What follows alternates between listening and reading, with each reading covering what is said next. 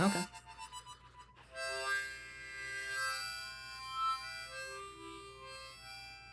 Hey now, it's your boy PSA Sitch here with another Sunday show with everyone's favorite Supreme Court enthusiast, Adam Friended. Oh yeah, yeah. I've been reading up on the Supreme Court, Sitch. I'm learning so much about how our country functions. It's amazing. And we have, look, a special guest with us here today, Anna Kasparian, co-host of The Young Turks. Do you want to introduce yourself? I mean, I feel like our audience definitely knows who you are, but you're probably doing other things as well. At the moment, I'm not. I'm mostly focusing on TYT. But yeah, I'm the executive producer and co-host of The Young Turks, and have been since 2007. And I've done other things on the side at various points of my career, but for now, that's the main focus. Okay, so we're very excited to have this conversation. We started talking a little bit before the show, and you seem open to talking about a lot of things. You seem to be going through kind of a political transformation, evolution. I don't really know the right word to call it, but I'll let you talk about that. But first of all, people want to know, because you did mention in our little chat in DMs that I was wrong about the Daily Wire thing. Now, I make predictions on the show all the time, and I have never Right. been wrong before. So people, I've been making jokes about you might end up at the Daily Wire. That's not true? No, no. It's funny because, I'm going through something very real and very sincere, and it's uncomfortable, and it has not been an enjoyable process for me. It's been difficult. And so the internet being what it is, all sorts of people from all sorts of political ideologies have theories on like what's actually happening with me, right? And the main accusation, both from the left and the right, is that I'm grifting, which is hilarious because literally nothing has changed about my work life. I'm in the same place. I have the same audience. The audience doesn't like some of what I have to say or some of the new conclusions I've come to. And so I wanted to kind of set the record straight about what I have personally experienced. I don't know what my political labels are at this point, right? Because I feel like I don't really fit anywhere. And that's just full honesty. It's again very uncomfortable for me. And I want to say that out of any point in my adult life, this is probably the point where I'm the most malleable and open to new information because of what I've experienced over the last few years. And I can get into details about that in just a moment. But that was the reason why I told Adam that no, this isn't like a Daily Wire thing. I have no interest in working at the Daily Wire. I have no interest of leaving TYT. If anything, I just feel a responsibility to kind of correct what I got wrong in the past to the best of my ability and just do better moving forward. And the reason why I've been at TYT as long as I have is despite what any of you might think about Cenk, he has never once tried to censor me or tell me what I can and can't say. That's the reason why, we get into these fiery debates and there's never any like retaliation for it. And as long as I'm free to speak my mind and genuinely speak my mind the way I have been, I plan on staying there. And there's absolutely no monetary or financial incentive for me to do anything I'm doing right now. Well, Sitch and I box a lot on this show, and I think people, I think they like that. I think they admire that we are able to fight with one another over a policy position and still walk away friends. So I spent the last week, I was watching a bunch of your most recent videos. And I mean, you're snapping back at Cenk quite often. I mean, it's actually quite refreshing. There's a couple things, and we have questions on these, but I'll let Sitch. I don't know. Do you have anything that you want to ask before we get started? So yeah, it turns out that Anna is a massive fan of our program. She's seen every episode, just huge fan, right? Well, okay, so I happened to come across a video you guys did about me. It was the stream on I hate to name names, but you guys were covering the leftist mafia and their insane gaslighting video about me. And you guys were the only ones, as far as I could see, that actually did a good job in highlighting how badly they were gaslighting me. Right. And so I thank you for doing that because you know, when everyone around you, everyone who alleges to be your friends, tells you something you know isn't true, but they keep repeating it to you over and over again, you start asking yourself, like, am I the crazy one? You know? So that, I really appreciated that. But, you know, you guys have put out a ton of videos about me that have not been friendly or nice, and it's okay. I mean, I can be a good sport about it, and I do think that you guys raised a few valid points, and I just need to be willing to accept where I was wrong and where people are critiquing from good faith. Like, you guys have a little bit of an edgy style, so I'll acknowledge that. But I have thick skin, so it didn't really bother me that much. That's, yeah, no, I mean, that's commendable. You know, we are in this kind of like internet environment where everyone's very attacky to each other, Totally. especially when Yeah. they're not like engaging with them in person. So Yeah. you have to have kind of a thick skin. And I know, but I mean, you know, talking about earlier, and one of the things that we always commended you on was, you know, when you publicly came out and you said that you were wrong about the Rittenhouse video, which, I mean, most people, when they make a mistake, they just try to hide it or they try to shift blame. You know, Jimmy Dore very, you know, famously shifted blame to his producer. And I thought it was really commendable that you came out and you're like, no, no, no, I got this wrong. And you were trying to show, not just do this like for your sake, but just say like, listen, audience, you know, you need to understand that this is the story, and you know, I don't want you guys to have the wrong information. Yeah, there was, look, the one, I guess, through line you'll notice in the various things that we're going to talk about in this conversation is that it just became abundantly clear to me that where I was getting my information, and I'm not just talking about like, you know, independent lefty outlets. I'm talking about like legacy media outlets, right? A lot of them, it's not that they report misinformation, it's that they omit details of the story that would, you know, maybe the additional details of the story don't change your mind at all, right? But it's not up to them to decide that. Like, we should know every detail. I think the Amy Cooper story is another example. You know, it was fairly recently I came across Camille Foster's very in-depth investigation into that story, and there were so many details of that story that were intentionally omitted or left out of the legacy media reporting of it. And that painted a picture in my mind and in the minds of many others that, you know, there's no justification for the way that she was, you know, panicking when she was on the phone with the 911 dispatcher, right? But then you get this, then you find out, based on what Camille Foster had found out and reported, was that like she didn't have good cell reception. So the person on the other end of that conversation couldn't hear her. She was panicking because she genuinely thought that she was at risk after, here's another thing that was omitted in a lot of the reports, after she was literally threatened by the bird watcher, right? Who said, you know, if you're going to do what you want, I'm going to do what I want, and you're not going to like it. And then he proceeds to try to lure her dog to him.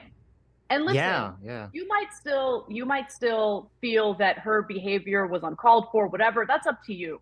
But you should know all those details. And I will say, from my personal opinion, if I'm alone at a park and some random guy tries to lure my dog away from me, I'm going to freak out, you know, like I just am. And so, okay, with the Rittenhouse story, I was going to cover the trial, and I just needed to go back and just like really, really look at all of the details and remember all the details. So when I do the story, I get the facts right. And then as I'm doing that, I come across a New York Times video. And this was a really, really well done video that they posted on YouTube that showed you in slow motion, like how everything transpired that night. And once you see it for yourself, it's really, really difficult to argue that in those moments, he was not acting in self-defense. And this is an area where, you know, Cenk and I disagree, because, you know, if someone's hitting you over the head with a skateboard, that could kill you, you know? And so, you know, Cenk is he's a strong-minded person, and he's not one to back down from a fight. So in his mind, you know, someone confronts you with a skateboard, he doesn't see it as a threat, but I do. And Rittenhouse is not a big burly guy who can like defend himself against someone who's like hitting him over the head with a skateboard as he's lying on his back. So once I saw all those details, first of all, I had to convey them to my audience and be honest about what the reality was. The other thing was, you know, there was a lot of misreporting about how Kyle Rittenhouse was in possession of an illegal weapon and that he crossed state lines with that illegal weapon. No. Okay. Yep. So that was a lie. And it's not a lie that I just made up in my mind, right? That was how it was reported initially, which is why I would mention the state lines, but not because, oh, how dare he cross state lines? Anyone in this country has the right to cross state lines. It was because it was reported that he was in possession of an illegal gun, Right. and he traveled across state lines with an illegal gun, which is a serious charge. But it turned out that he did not travel across state lines with that weapon. He didn't do that. Yeah, the weapon Right. was in the area already. Yeah. Exactly. He bought it from a friend when he was already in Wisconsin. Mm-hmm. Sitch, the night of that event, I mean, maybe a day afterwards, Sitch and I were watching those videos online as they were breaking out.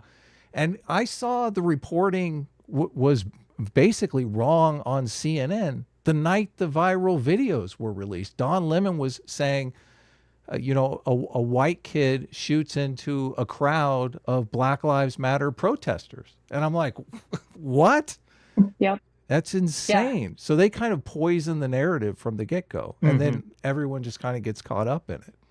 Yeah, and that's how misinformation spreads. And that was a pivotal moment for me because, again, misinforming the audience is not something I have any interest in. And I might give them the facts and they might not like it, but I can't withhold information from them because I'm afraid that they might not like it. So I'm going to give them the facts. But, you know, I've learned to be better about, first of all, the sources I trust. I make an effort to just be cognizant of the filter bubbles we all exist in, the filter bubbles I exist in. And I've broken through that bubble a little bit to, you know, look at other sources that I typically wouldn't have looked at. And then the other thing that I do now is I just wait. You know, I think the story involving the so-called city bike Karen is a good example of that. The main show, because TYT consists of many different shows, right? The show that I'm the executive producer and host of is the main flagship show, The Young Turks. And prior to that story breaking, I had a meeting with my team and I was like, listen, I don't want you guys pitching stories about random individuals in the country who are caught in an out of context video allegedly behaving badly. I think these stories are divisive. I don't think we usually have the full details before we talk about these stories. And honestly, at the end of the day, engaging in these witch hunts is actually causing more division and hate in the country than anything else. So like, if there's a story that's particularly like jarring and you guys really do want to cover it, that's fine. But just understand that we are going to wait. Like, we are not in the business of breaking news. I don't give a shit about being the first in reporting the story or whatever. I want to make sure that when we do, we actually report it correctly and we don't have egg on our face later. Now, there are a bunch of other shows on the network that I have no say over, that I have no control over, who, you know, inaccurately reported on it and had to issue retractions. They had to take videos down and all that stuff. And I just think that was a teachable moment, hopefully a teachable moment for everyone in the company. But certainly, you know, this is an ongoing conversation I have with my team. And luckily, I don't know how I did it. I feel like I found unicorn producers because they're really smart, super open-minded. You know, they're less interested in this left versus right or partisan garbage. And they're more interested in making sure that if we're going to report stories, we get it accurate.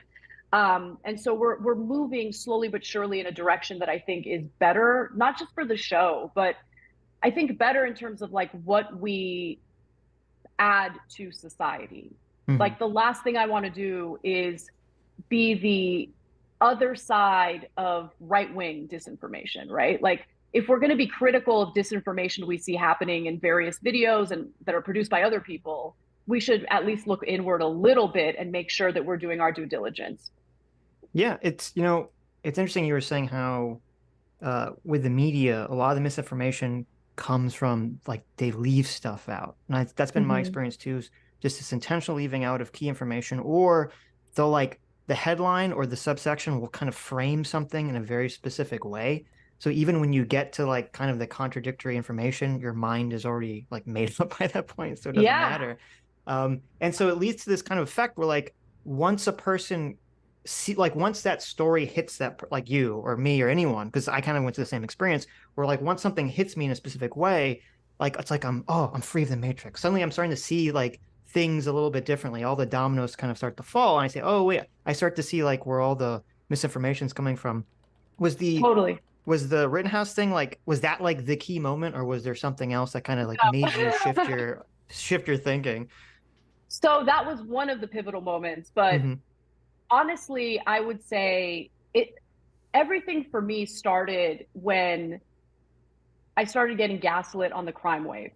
Hmm. And it's really interesting to talk about these various political issues in the abstract. But then once you personally experience something and once you see something happening in the country with your own two eyes, and your political side is incessantly gaslighting you on it, it makes you question, well, what else are you guys lying Yeah, about? Or what else are totally. you guys gaslighting about? And that's what happened. So, you know, during the pandemic, there was absolutely a crime wave in the country, mostly in like major cities. Los Angeles happened to be one of them. And, I talked about how I, was assaulted. Well, actually, let me give you the details again, because there's an element to that story that I've never shared with anyone that also explains where my head's at now. Hmm. So, as I was walking my dog one day, there were these two guys. They appeared to be homeless. They appeared to be on something. They looked like they might be methed out or something because they were kind of acting erratically. But, typically when I come across guys like that, if I ignore them, they won't do anything. Right. That wasn't the case this time around. They're coming toward me, and my dog Charlie, like, he does his business, and as I bend over to pick up his business, one of them grabs me by my hips and just like with an erection and everything just starts like humping me like Wow. right there in like broad daylight. And Right. it was terrifying because like I didn't have any weapon with me, no taser, no pepper spray, nothing. Hmm. and Wow. and luckily the guy, he did that, and then he and his friend walk away while they're like laughing at me. And if I felt so degraded, scared, and like the Right. first thing I did is I called my husband, and he came down and he's like, "Where are they?" And he started looking for them. We couldn't find them. The cops wouldn't come. Like, we actually had an incident in front of our building like a few weeks prior to that. That was really scary. We called the police, and the police just wouldn't come. Like, it was amazing. And now in Wow. retrospect, I realized the reason why is because there was a shortage, and I think that there was like an unofficial strike, considering what happened in 2020 and all the Hmm. protests. So they just wouldn't show up, and I just didn't even think to call the cops because I'm like, what's the point? These guys have already like left, and they're not going to be able to find them. But anyway, I opened up about that, and I also started opening up about, just what the statistics were indicating in regard to crime and how it's obviously having a negative impact on all communities, but mostly the communities that like BLM and leftists claim to care so much about, the disadvantaged communities.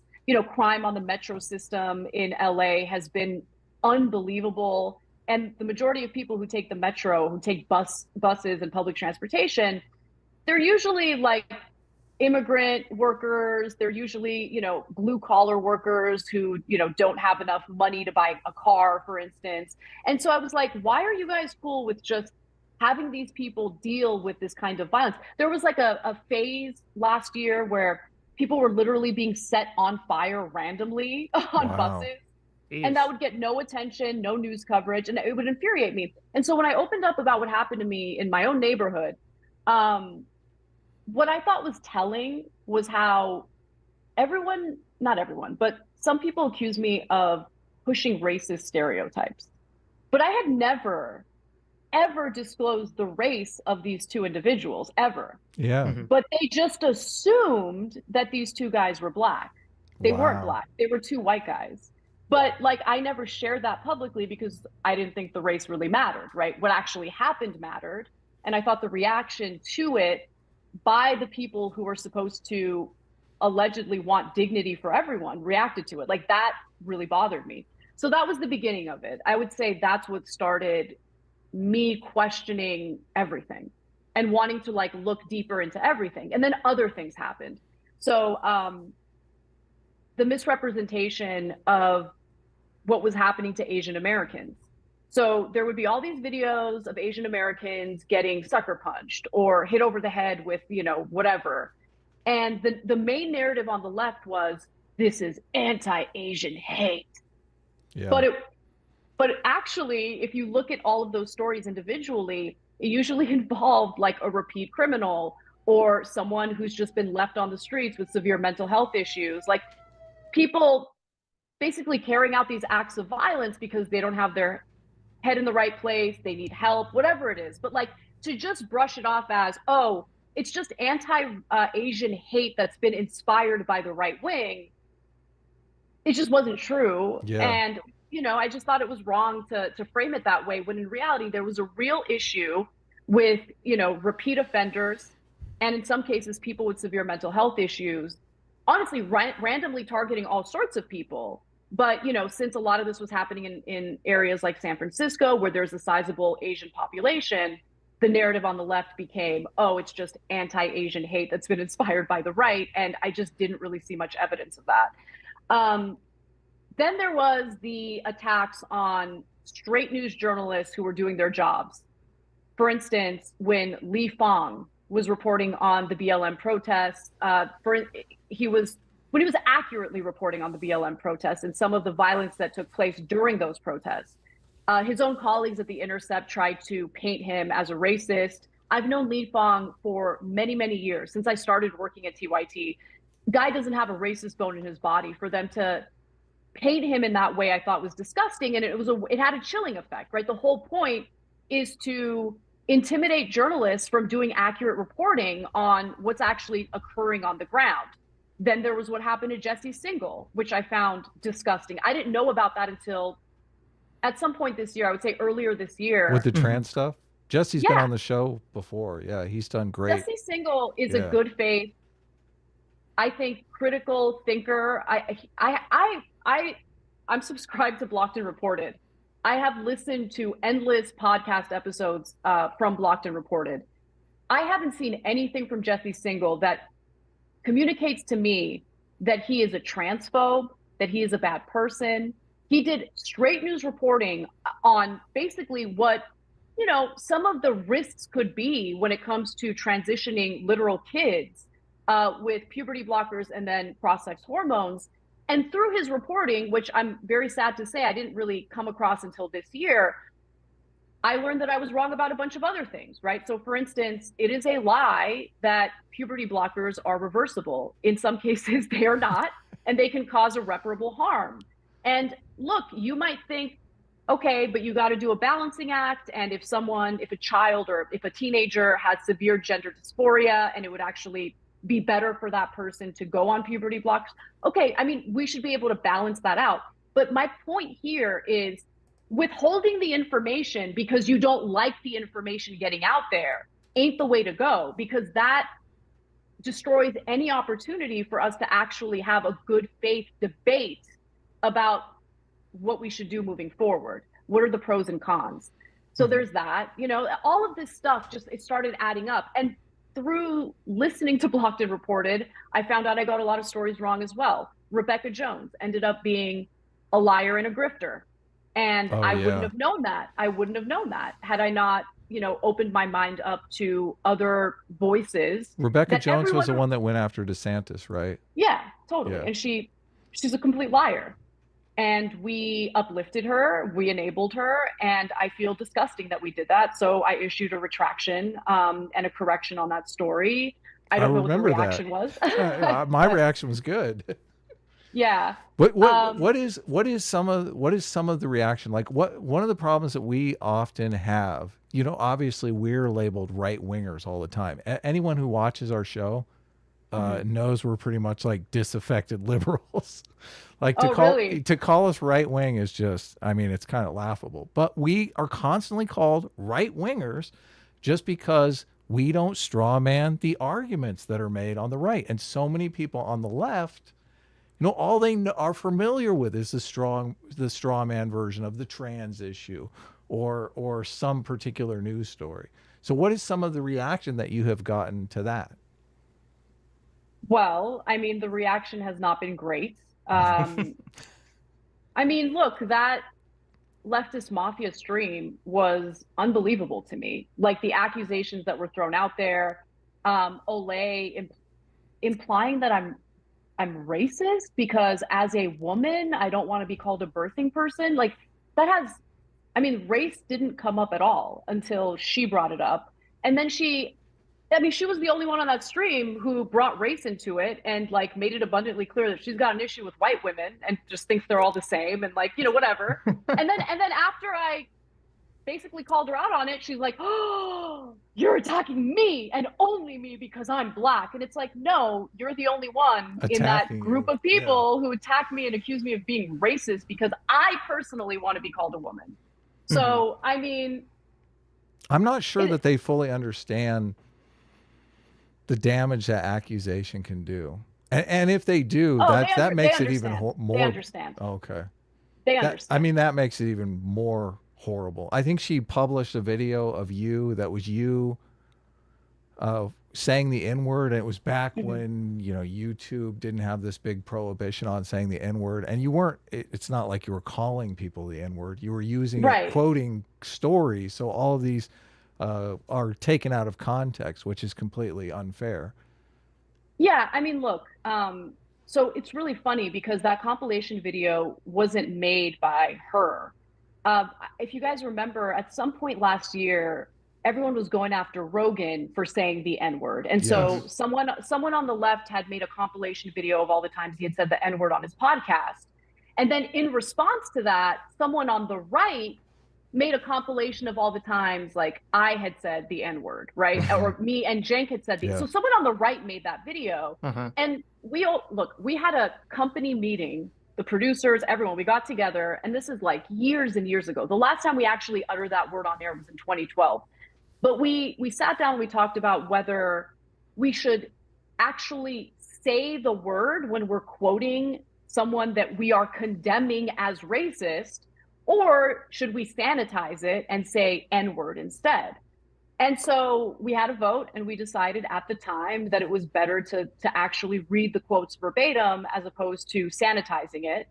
And I knew it would eventually come back to bite me in the ass. And it did. And I'm not going to apologize for it because context matters, intention matters. And what people like Olay are trying to do is erase all of that, right? To make it seem as though intention is totally irrelevant, context is totally irrelevant. If she says someone's racist, then by definition, that person is racist, end of story, period. And I just disagree. I also disagree with racism of all sorts, right? So I find it disgusting when people make generalizations about Black people or migrants or any group. Why would I somehow be okay making generalizations about white women or white people, right? So I find it gross and divisive. And look, at the center of all of this is I've been doing this shit for like 17 years and things have gotten worse. And I just don't think whatever strategy the left thinks they're engaging in is an effective strategy. I think it's actually caused more harm than good. I think their rhetoric and their discourse is a lot of times ignorant of the facts. And I think that they go around accusing people of doing things that they themselves engage in. And I was part of that too. I'm trying to do better moving forward. But a lot of people are going to look at this and think, oh, well, then that means she's a right winger. Whatever. You can call me whatever you want. I don't care what you label me as, but just not birthing person. Don't call me a birthing person. A person with a uterus. Yeah, exactly. I don't blame you at all. So yeah. I don't know. I don't know what my labels are at this point because I don't fit in anywhere. I feel like you feel like you're becoming politically homeless, maybe a little bit. Oh, for sure. Yeah. What do you think? What do you think's causing sort of this shift in the left and in media? Or I mean, first of all, I'm assuming you think there is a shift that's happening on the left and in media. It's funny because a lot of them LARP is like anti-capitalist, like revolutionaries or whatever. LARP, okay, interesting. yeah. Nice. But it's true. And so it's really funny because what they do is they are positioning themselves to attract a very specific niche in audiences, right? So they're going for the purists, the people who like to think of themselves as like far left, communist, socialist, whatever. But like the whole thing is, I mean, you can see it in the various streams. Like they'll talk about things through the lens of, we're the most pure, like we're the most sincere in what we're saying, whatever. The real and left. like, Yeah. exactly, we're the real left. So when they do that, what ends up happening is they become more and more extreme in what they are saying, right? In what they claim to believe. And at the heart of that, like what they're actually doing is trying to attract a niche audience for what? To make money. Like it's, I think there's a financial motive behind it. You know, they're competing with one another for you know, a particular niche, a particular ideology that's reflected in these audiences. And I think I'm probably self-sabotaging right now, career-wise. But I don't know. I just, the problem is once you see certain things, you can't unsee them. Right. And I can't just lie. I can't do it with a straight face. It's just not who I am. What do you mean? Are you talking self-sabotaging by talking to us or talking about these things in general? Because I like it's an interesting dynamic that we have here on the internet, because I do agree with you, and we've talked about this on the show many times. Like the incendiary voices in the political space are the ones that get attention, blow their channels up, get views, you know, become rich, basically. Yeah. Conflict entrepreneurs is what I always call them. And we're in a kind of a, you know, we are in the same kind of position that you've kind of come to. Like we want to give an honest, a fair assessment of both sides of the argument and try to kind of come to some sort of truth. And one of the paths that I think we've kind of fell into is just, I think us, Sitch and I, arguing points makes it interesting enough that we can kind of build an audience. And watching the videos of you last week, it kind of feels like that's kind of the direction you're going. It seems like Jank is saying over the top things, and you're reeling him in, which is, I got to tell you, when I'm watching your show, I'm going, oh, look, Anna is just like Sitch. She won't let Jank have any fun. Are you saying you're the one saying over the top things? Look, constantly. And Sitch is like no, Adam, you know, that we don't know that yet. So, but I think our audience understands that there's a little bit of a dynamic going there. That's fun, but at the same time, they are getting the information. So, unfortunately for my reputation, it's like, don't listen to Adam. You know, he's always. That's funny. Yeah, I mean, again, credit to Jank, because he's not like one of these like people who get super offended if you correct him right there on the spot. It's just, I kind of went along with some of the more hyperbolic commentary, mostly because I was reading the same sources and I had the same, you know, I think he's doing better and better. Like we have a lot of conversations about a lot of these issues privately, and I'll just be like, look. So Sitch does the same thing to me. Yeah. And I'll just be like, look, I mean, before he was going to go, he asked me if I thought it was a good idea that he was going to go debate Destiny. And I said no. And it's mostly because I see a lot of clickbaity stuff going on in that realm too, like with some of the debate stuff that takes place. But also I asked him, like, what are you guys going to debate? So first he said, oh, we're going to talk about like the Democratic Party and our disagreements about it. I was fine with that. But then he mentioned, he's like, and then we're going to talk about Rittenhouse. And no! So he knew Rittenhouse was going to come up. Yeah. I think they agreed on the topics ahead of time. Okay. Wow. Okay. And you know, we had a look. Jank is his own man. The best I can do is share my perspective. And I just told him, I was like, but he was acting in self-defense. And he's like, but look, Jank just has a different perspective. It is what it is. Like, I'm not here to talk shit about Jank. You know, like we and again, I want to give him credit because we can have the conversation on air, this exact conversation. And he's going to say the exact same thing. I'm going to say my piece, and it's not going to lead to like an uncomfortable relationship with him. It's not going to lead to retaliation. And I really commend him for having an open mind. But to him, he just disagrees about it being self-defense. He thinks like he didn't need to like shoot the gun. He didn't need to kill people. I hear you. I wish it didn't end that way. But if I were in his shoes, I would have done the same thing. Yeah. I probably would have prayed and sprayed. So I mean, Rittenhouse did the right thing. Like it's a good thing he was in control of the weapon instead of me. So Mm-hmm. Yeah. It's funny that like yeah, this gets thrown around a lot. Like people accuse you of grifting or other people of grifting when they start changing their beliefs, even though it's like you're changing your beliefs in a way that would like be more likely to hurt your career as opposed to help it. I know, Because I like know. yeah, it's like insane. Because you know what, like what so many people on the internet want is they just want you to choose one side very comfortably and to like fit into it and to just say like these are the hyperbolic talking points. And then if you're like, well, let's add some nuance here, which pisses off your audience more often than not, you're like, well, you're a grifter. Like, well, who am I grifting to exactly? So, okay, so I'm going to stick up for my audience a little bit because, to their credit, I think the majority of people in the audience are open-minded and are Mm-hmm. open to new information. I think that there is a small but very loud minority in our audience and on the left in general that really give the left a bad name. I think they're Mm-hmm. overrepresented on Twitter and they're children. They act like children. I think some of them literally are like minors and they see everything.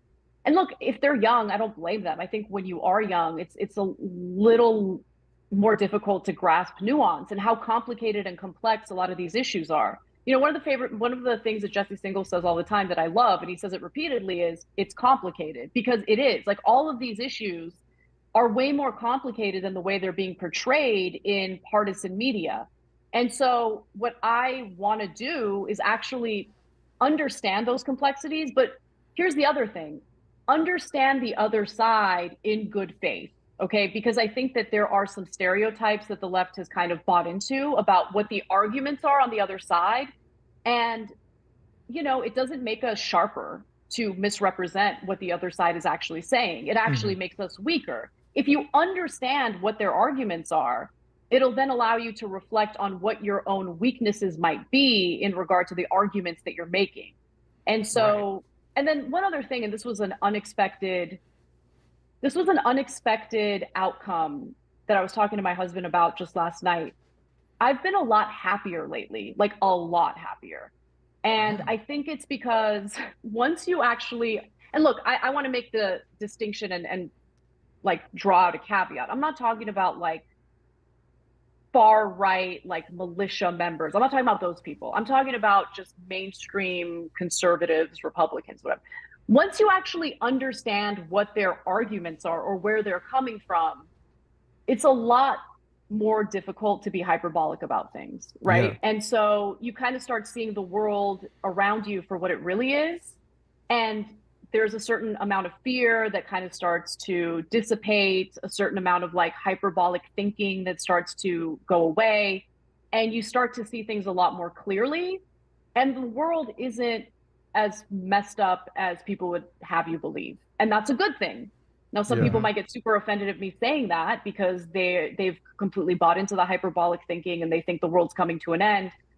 And there are terrible things happening. I don't want to minimize that, but Right. we need to be realistic about what's actually transpiring in the country. And for areas where we need improvement or different policy solutions, we should actually have good faith debates about it and come up with those solutions. And I think that the current discourse is standing in the way of that. Mm-hmm. yeah. That's that's really fast. I never thought about that but it makes perfect sense if, you know, people go into politics when they have this very like the other side is either composed of like all racists who want to enable, you know, some kind of fascistic regime against me, Right. or like Yeah. the other side is all made of like, you know, communists who want to take over the country. Like it's going to put you in this headspace. You're like, oh my God, like I'm in this fight for my life. Like this is like the most important thing ever. And then you're like, well, once you start to see like, well, yeah, there's small pockets of that exist, but the average person is not that. You're like, oh my God, this weight has been lifted from my shoulder. I don't feel like the world is about to end. yeah. Yeah, totally. I want to say two things.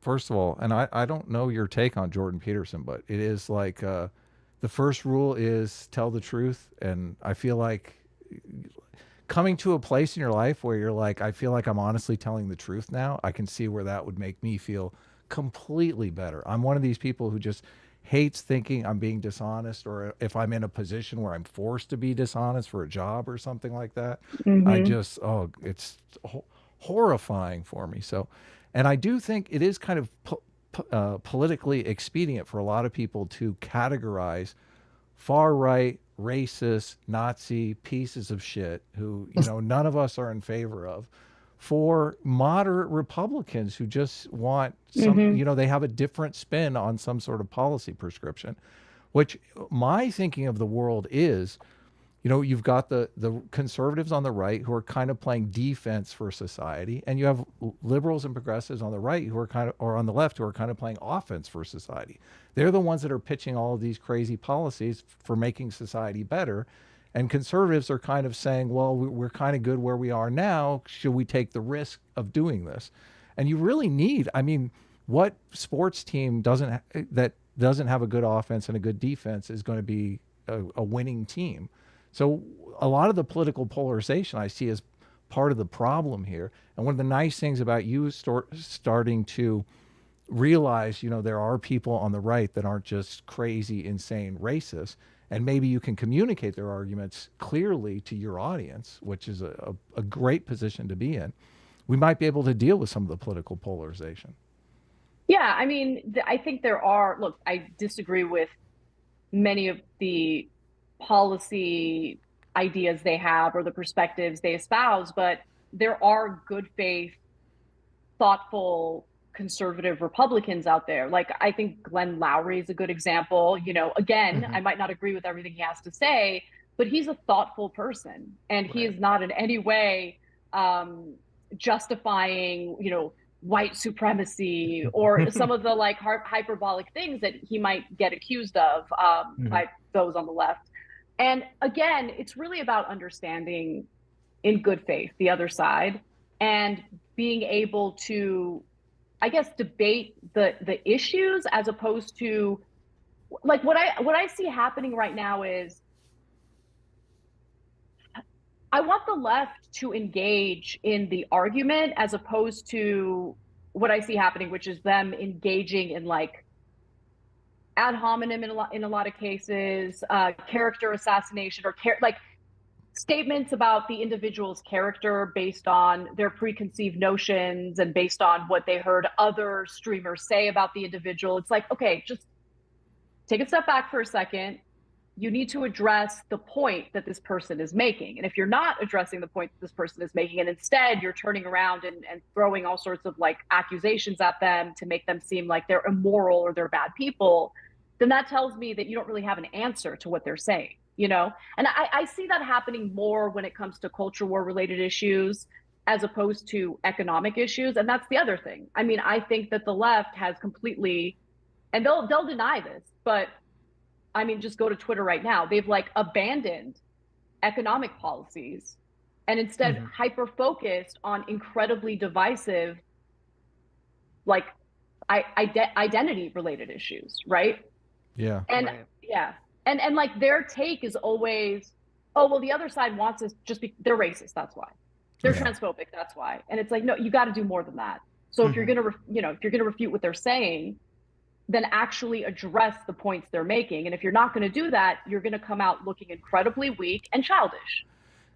You probably don't know this, but we talk about MMT and UBI on the stream quite often, and it drives people crazy. How do you make affordable housing sexy? It's like, it's not necessarily a thing. Well, it's surprising, because I did a story just last Wednesday on Airbnb crashing. And, I watched that vid. Yeah. Yeah. And that video, I'm kind of shocked. It got like 200,000 views. It was not something I expected. I thought like, oh, it's a dense, like statistics driven, video, but it did well. And I think that there is a hunger for those types of videos and for that type of content. It's not going to go super viral like some hyperbolic, video about like a police shooting or about an alleged Karen, right? But I don't really care. Like I just, look, I don't want to be part of the problem. I don't want to add to this toxic discourse that does nothing to improve anyone's life. And I feel like I've been engaging in that, and I feel embarrassed about it. And that's really where I'm coming from. I want to get people healthcare. I want to get people housing. Those are the issues that matter. Well, Okay. in order to do that, you kind of have to work with Republicans, and that's where I think this Yes. stereotype of Republicans as evil racists is ultimately not helpful in the end. If you want health care, you can't work with the evil racists to get health care done. You just can't do it.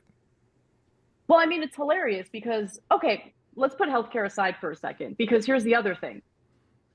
The far left will push ideas that are not popular with the general public, right? Yes. So I think that protecting, marginalized communities, protecting the transgender community is important.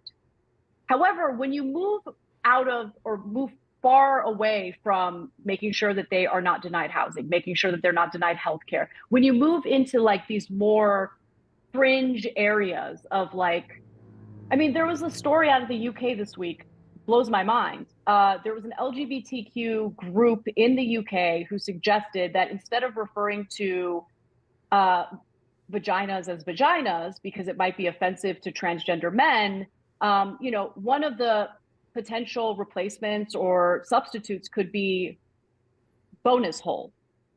Oh no. Bonus hole? Yeah, bonus hole. Okay. And Oh no. listen, people don't like this stuff, okay? They might not be on Twitter talking about how much they dislike this stuff, but on average, every normie woman I've talked to is like, I can't stand this stuff, right? So what Jake and I recently talked about it. I think we talked about it in the context of, trans athletes or whatever. And it was, hey, we got to be a little more strategic because if you do this, if you start pushing the mainstream Democratic Party to run their campaigns on these like fringe issues, they might not get reelected or they might not get elected at all if they're running against a Republican in a district. And the response, and it's the same response we got when we made the same point about the stupid prison abolition movement, is we don't care. We don't care. This is the right thing to do. We don't care. And it's like, oh, okay. But then you complain about what Republicans are doing in various red states. So do you want more Republicans to get elected? And do you want more of these, look, I think that some of these laws that have been passed in various red states, for instance, banning gender affirming care for adults, between the ages of 18 to 25, I think that's wrong. I think adults should be able to make a decision about their own bodies. I do think that there is a worthwhile debate when it comes to, hormone blockers and cross-sex hormones for children. And we should have that debate in good faith. But I don't want the pendulum to swing far to the right. I would venture to say the left feels the same way, except I'm not so sure. Because to them, going on Twitter and patting themselves on the back for being the most pure is more important to them than strategy. It's more important to them than actually accomplishing the policies that they claim to want to accomplish. Every time I make that point, they'll be like, oh, but you don't even know. There are people on the ground, activists on the ground, working hard to make this happen. And it's like, I mean, I'm not blind. I see what's happening in the country right now. So you can tell me about, your imaginary on the ground activists making real change happen as we speak, but I'm not buying it. So it is what it is. And they can get as offended as they want. They can get as upset as they want. I don't really care. I'm not a mouthpiece for anyone, any political party, any political group. My obligation is to share the facts of the story with my audience to the best of my ability, and then do good faith analysis on those stories. And if they don't like my analysis, they can make whatever decision they want about whether they support or watch the show. And that's why I say I might be engaging in a little bit of self-sabotage, because I don't know what the outcome of all of this is going to be. There is no big play here. I'm not leaving TYT. I'm going to keep doing what I'm doing. And I don't know what the outcome will eventually be, to be honest. I have a kind of contentious take. I'm curious how you feel about it, where, I look at you called them the small, loud minority on Twitter. That we have this kind of like far left identity obsessed, we don't care about practicality, kind of purity spiraling group of people. And, the reason I think that this is happening is that for whatever reason, there's been this shift among a lot of young people, especially online, where there's a shift away from the philosophy of liberalism into more of a socialistic philosophy. And do you see that happening from your perception? I do. I think that to some extent I subscribe to that. And look, honestly, I'm at a point where I want to be a little more pragmatic because I want to accomplish I want to accomplish something. I want to improve people's lives, as much as we possibly can. And when you have a maximalist approach, you're less likely to make that happen, and you turn a lot of people off. Hmm. Because they're in this like echo chamber on Twitter, I think they're under the assumption that most Americans agree with them. I think most Americans want a mixed economy. We're currently a mixed economy. I definitely want to socialize healthcare. That's like the area that I would say I'm the furthest left. But I don't agree with the nihilism. I never have. I don't agree with burning down our institutions because they're inherently racist or they're inherently this or that. I think that some institutions could use reform. I was totally on board for reforming policing. I was never once on board. I never once called for abolishing police. And so the abolish movement, I think, is insane. And I think the fact that I'm willing to say that has led to a lot of people hating me. And I don't care at all. It's interesting because, like, I mean, personally, I'm not in favor. Yeah, I want a public option, but I'm not in favor of, like, economic socialism. But it's Mm-hmm. interesting to me that the movement, it seems like currently, it's kind of like the socialist energy in America right now seems to have drastically shifted away from economic questions entirely, and to just to take Yep. that kind of lens and put it on these cultural issues, specifically race. And that is very bizarre to me. It's like we just kind of lost, and this came up a lot with the affirmative action Supreme Court ruling just happened, Mm-hmm. where I understand people criticizing the idea that they don't think a colorblind approach would necessarily bring about, racial equality or whatever. Like, even if I disagree with that, I understand what they're saying. The thing that's Mm-hmm. kind of frightening to me is people saying that the goal of colorblindness is either not likely, impossible, or not even desirable. And to me, that's a drastic shift. Like, okay, I understand you want to do things to get there, but the goal should still be kind of this liberal notion of colorblindness at the end of the day. Well, I would posit this question. When the culture wanted color blindness, when that was like I guess, in general, the agreed upon goal, I feel like race relations were better, like much Right. I better than they agree. are Yes. today, right? Yes. So, look, I'm not gonna lie. Sometimes I'm a little scared like I'm afraid of like talking to people who are outside of my race because I don't know if I'm going to unintentionally step in it, right? Yeah. Like there's Yeah. there's and I hate that. I hate that. Right. Like there's this like I don't know, it's like frigid I, because like if all of the message is toward me and people who, I'm Armenian, but still they call me white passing. So, just got to go with that, right?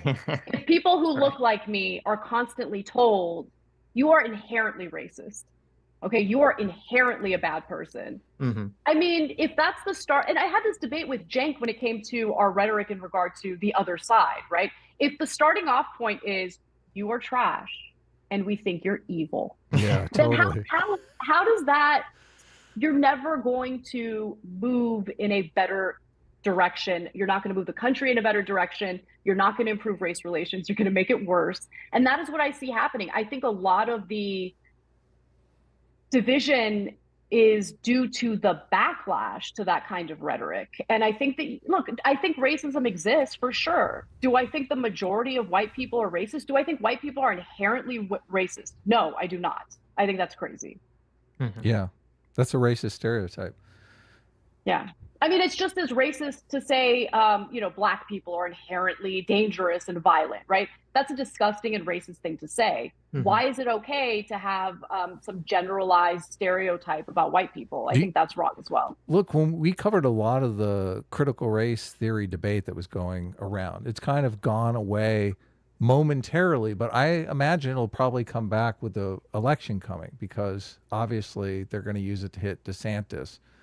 But I mean, a lot of and Sitch can speak better to this than me because he's read a lot of the books on critical race theory. It seems like critical race theory is trying to promote this negative stereotype of whites, that whites are just inherently racist and that liberal society will never be able to be colorblind because of this inherent racism that they have. And they've even labeled it whiteness, which is like, we've had people on the show before that have tried to tell us, no, whiteness is just, that's just neutral. And I'm like, well, I mean, if we were talking about criminality and wanted to label it blackness, don't you think people would kind of be thinking that's a little racist? Like, we probably shouldn't do that. So, but so many people who study this critical race theory stuff, they're like, they're working on their PhD in it, like they're fully invested in the system. They've got some advisor that has studied it for 35 years. Like, you're never going to change their minds about this stuff. It's kind of, I don't necessarily know where we turn on it. I mean, look, for academics who have dedicated their lives to that type of curriculum, yeah, I mean, they've dedicated their lives to it. It's pretty deeply ingrained in their minds. It's kind of difficult to reverse that. But, the whole thing, look, I don't agree with CRT. I don't agree with that theory. I don't, whatever. But my issue with the right was that they were making it seem as though CRT, which is a graduate level curriculum, is being taught in like elementary schools and stuff. And so I would have preferred for them to be a little more precise in what they mean, right? Because if they want to say that certain elements of critical race theory have now infiltrated mainstream public school curriculum, okay, that's an interesting point to make. Can you show me where? Show me specific examples. Then we're having an actual conversation about it. But overall, I think that it's incredibly divisive in a pluralistic society to make generalizations about any group of people, to refer to any group of people as inherently evil or racist or whatever the accusation is. I think that you need to take people as individuals and judge them by their actions as individuals. And do I think that there are individuals in the country who believe in white supremacy and all of that? Absolutely. Obviously we have, a pretty dark history when it comes to the way that we treated Black people in this country. I acknowledge that. But I think one of the issues that I'm also having recently is this notion that there has been no improvement. Everything has been the same. There's, those race to dinner ladies, like they're special. You did a great job of framing the critical race theory very honestly, I think, about, obviously critical race theory. No one's pulling out a book by Derek Bell in second grade and saying, hey, we're going to study critical race theory. Isn't it so much more intellectually stimulating to understand both the right and the left argument? I feel like it is, rather than just straw manning. But real quick on the critical race theory, I do think, and this is where I think they do have an argument, like they do these like privilege walks where they have all the kids stand out in the quad and they list off things like, is English your second language? Well, I don't know. I kind of think like if you're bilingual, you have an advantage over me. I only speak one language, English, and frankly, not very good. So I feel like if you're bilingual, why am I the one that speaks one language taking a step forward and the bilingual kid is standing behind me? And that, I mean, you can make a direct link to CRT and that stuff.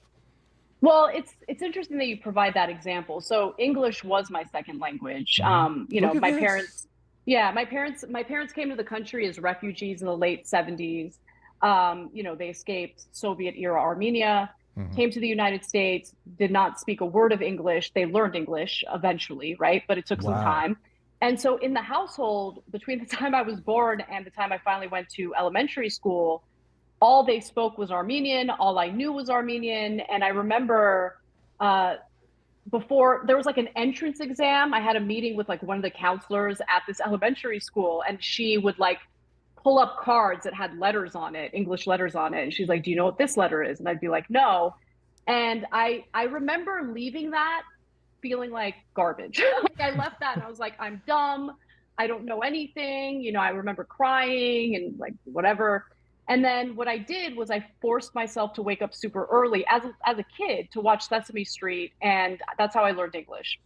Anyway, I give you that anecdote about myself because it's a very personal thing, and luckily I have the kind of personality and the intellectual curiosity to like want to learn and to want to be better. And there might be some other people who, for them, English being a second language is more of a challenge, right? They might have more difficulty in learning or grasping a new language. So I can understand how that could be seen through the lens of privilege. But I think you also make a valid point. Once you've learned English in America and you still have the skills of a second language, in my case, it would be Armenian, that does tend to be a highlight or something that could be highlighted on your resumes or your CVs. So valid point. It just really depends on where the person is in their lives. Well, if their point is to teach people that some people have better advantages than other people, I'm not necessarily against that. Where they make it racial and the need to make it racial and create all these racial stereotypes around it, I just feel like, what are we doing here? We're taking steps backwards. Why are we doing this? Also, and I'm not sure like that, you know, teaching kids like, oh, this kid is privileged over you. I'm not sure the psychological effects that's going to have necessarily on the children. And it's kind of but like, also like the bullying that commonly takes place on campuses across the country. I mean, you're providing more fodder for that. Yes. I don't think right. Yeah, exactly. I don't think that's really a helpful way to talk about, you know, race dynamics in the country. I don't know. I experienced none of that when I was in public school. And I feel pretty lucky that I grew up. Look, it wasn't perfect, but I do feel lucky that I grew up in the 90s because that was probably the peak of the attempts to live in a colorblind society. And I just feel like race relations were better then. Yeah. Oh, yeah. You know, obviously not perfect, but what I'm experiencing now is, again, incredibly divisive. And I don't like the generalizations about, you know, like white women, white people in general, the fact that, you know, oh, every institution, racism is deeply ingrained in every institution. We've got to burn it all down. And it's like, what are you guys doing right now? Like, what are you really doing, and what are you really advocating for? Yeah, and it's like, you know, I agree that there's always messaging problems on both sides. You know, when, you know, the right says like the CRT and everything, and it's like, well, yeah, they're not, you know, reading Kimberly Crenshaw papers necessarily in second grade, but there'll be some specific element. And yeah, you know, it'd probably be better if they were specific and say, oh, you know, they're doing privilege walks, or they're talking about how there's inherent racism built into white society, or they're saying that, you know, we want to deconstruct whiteness. There was some school, I forget where this was, whereas like in elementary school or middle school, they had a book that was like, it had a contract with devil horns that said, you know, don't shake hands with the contract of whiteness or something like absurd like this. And so, I mean, it's happening all across, it was happening, like elements of it were happening across the country. And the problem is like, you know, at the same token that, you know, the right's too overbroad, maybe with saying everything CRT or being broad, like the left had kind of just the exact opposite, or not even the left, really, the mainstream media had the kind of exact opposite approach where they're saying, oh, none of this is happening. This is all like a fantasy. This is all a fantasy concocted by racists because they don't want to teach about slavery. They don't want to teach about Black history in America.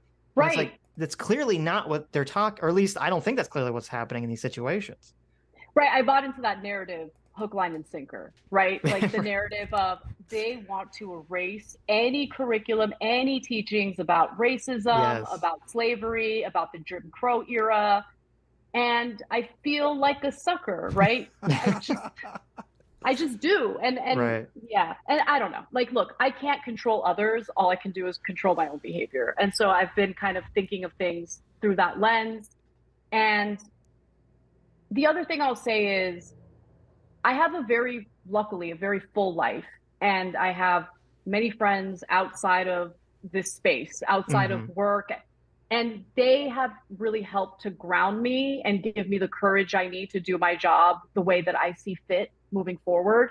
Because if your entire life is about this, about, you know, what you do, the people who surround you at work, and if it's about making sure that you maintain those relationships, then their pressure on you to say certain things that you might not believe in is going to be far more effective.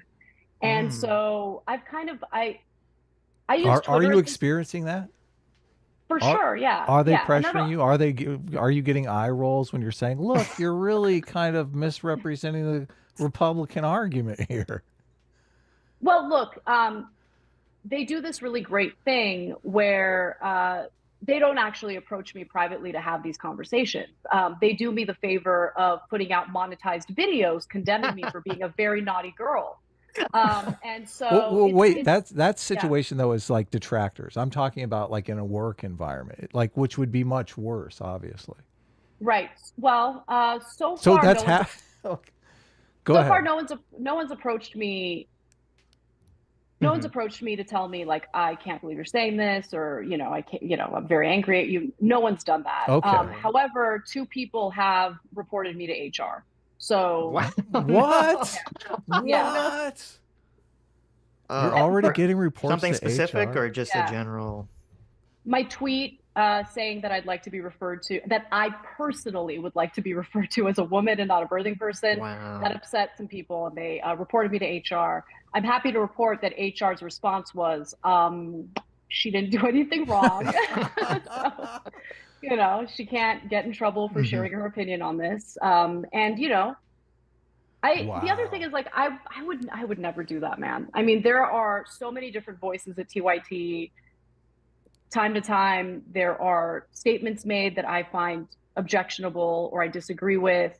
And if it rises to the occasion of me having to say something, I'll approach that person and talk to them about it. I would never report them to HR. Like, what are we doing here? We're Yeah. doing political news and analysis. Yeah. Like, by definition, we're supposed to share our genuine and sincere opinions. Yep. Now, if I was doing videos saying horrific, hateful, racist things and I was targeting individuals, then that would be different. I've never done that and I never will. Hmm. You brought up a really interesting point I never really thought of in terms of the polarization that's happening right now, where, for you, you're saying how you have friends outside of the internet, outside of, politics that you can, kind of rely on emotionally for support, where kind of in our modern era, a lot of people, their primary relationships come, I think, entirely from friends they make on the internet and from Discord and spaces like this. And so since we're kind of like splintering off, we're no longer in the time period where like everyone knows their neighbor and people have like a lot of generalized interests because they're just kind of like friends with the people physically around them. We're more specialized. We're friends with the people that share our specific interest, whether it be, some kind of video game or movies or whatever, or in this case, politics. And so Mm-hmm. since so many people have these only specialized friendships around politics on people they meet online, that's going to make it like almost impossible for people to change their mind or to buck some kind of narrative because everyone that they know, their entire social structure, their entire support group is based around a political narrative around a political ideology. 100%. Look, this is hyperbolic talk, so I want to like make sure I mention that before I say it, but I keep telling I've told Jank on multiple occasions, I'm like, I feel like I just woke up and got out of a cult, right? Because it's a little bit it is a little bit cultish, and I don't think it's literally a cult, but I think what happens is exact like the dynamics that you just described is Right. exactly right. And people are scared. Like, we as humans, we thrive in our social groups, and we need to have that social group in order. Like, it's just how we evolved. And so I get it. I understand the mentality behind it. But there were certain things going on in my personal life that I'm very grateful for, because it didn't keep me grounded enough, but at least kept me grounded to the point where I had a way of seeing the other side to some extent. So I'll tell you a few examples. Mm-hmm. Like, my husband's Cuban. He is not like a conservative Cuban guy. In fact, he was pretty apolitical when we met. He's become more politicized as we've been together, but nonetheless, his family, hardcore Republicans. Like, they just are. And at first, like in 2016, when we got married, I remember I would get into like these super uncomfortable fights and debates with them. And I was just like, I had in my mind, like, all of these made up ideas of what they believed. And finally, I just decided, look, I love my husband. I don't want to like put him in an awkward position of like having his wife constantly in conflicts with his family. So let me just calm down and just try to understand where they're coming from. And then what I started to do was, instead of like challenging them, whenever they would talk about something like healthcare, for instance, so they think everything Democrats do is like, socialism. by definition, like they're all socialists, they're all communists, they're all, you know. And I look, considering the trauma they experienced, I get where they're coming from in that regard. But you know, I wanted to kind of like convince them that's not the case. So instead of being combative, when we were talking about healthcare, for instance, it was hilarious because one of his family members accidentally admitted that when she was pregnant and she had to go on Medicaid, that it was the best healthcare she's ever had, right? Oh no. And like, look, instead of going like, aha, I gotcha, right? Like, you know, antagonizing her for it, I was like, you know what, you make a really good point. Like, you know, free at the point of service, you know, and I'm just trying to get her to absorb and really fully understand what she just said, right? And so I think there's a way to talk to people. I think there's a way to find common ground. There was this actress, I always forget her name, but she's beautiful. She's in that show, that HBO show about rich people vacationing. White Lotus, the first season of White Lotus. There's this one actress who had posted photos of her mother's birthday on Instagram. Mm-hmm. And in that photo, or in the series of photos she posted, you could see family members in the back wearing like MAGA hats. And the amount of backlash this actress received was intense. Wow. And they were mad at her for refusing to condemn and cut off her family members. Ridiculous. And I was like, no, you don't do that. Like, how do you think you're gonna win politically by doing that? Right. By like segregating people based on their political ideology. Yeah. The way that we come to conclusions or agreements or policies that could actually work to improve people's lives is by engaging in these conversations in good faith. And yes, obviously, considering the fact that not everyone agrees, you do have to compromise on certain things. But improving things, you know, maybe it's not going to be exactly what you want, but improving things is still improving things. And the idea that you should just cut anyone off if they don't agree with you 100% runs counter to building the broad coalitions necessary to accomplish some of these policies. Yeah. And so I just see all of that I just see it clearly now. And again, once you see it, you can't unsee it. So like my whole theory of change is so different today versus what it was in like even 2016. This is all great. Totally great. Yeah. Have you read any of Jonathan Haidt's work? That's why I was going to bring that up. Okay, really? You've read The Righteous Mind? Yeah. So you know the term morality binds and blinds? Okay, so I just finished Coddling of the American Mind. Okay. Nice. Yeah. Yeah. Catastrophizing, like the Coddling of the American Mind is great. Yeah. It's a very good book. I just started The Rational Mind. The Righteous Mind. Oh, The Righteous Mind, my bad. Yeah. I literally just got the library audiobook of it. So I'm going to start it after this podcast, actually. So wow. Yeah, because I mean, we're huge Haidt fans. Like, we kind of look at The Righteous Mind as like the cheat code almost to understanding like people's political opinions. So that's great. Yes, I don't think I would understand conservatives at all if it wasn't for that book, The Righteous Mind.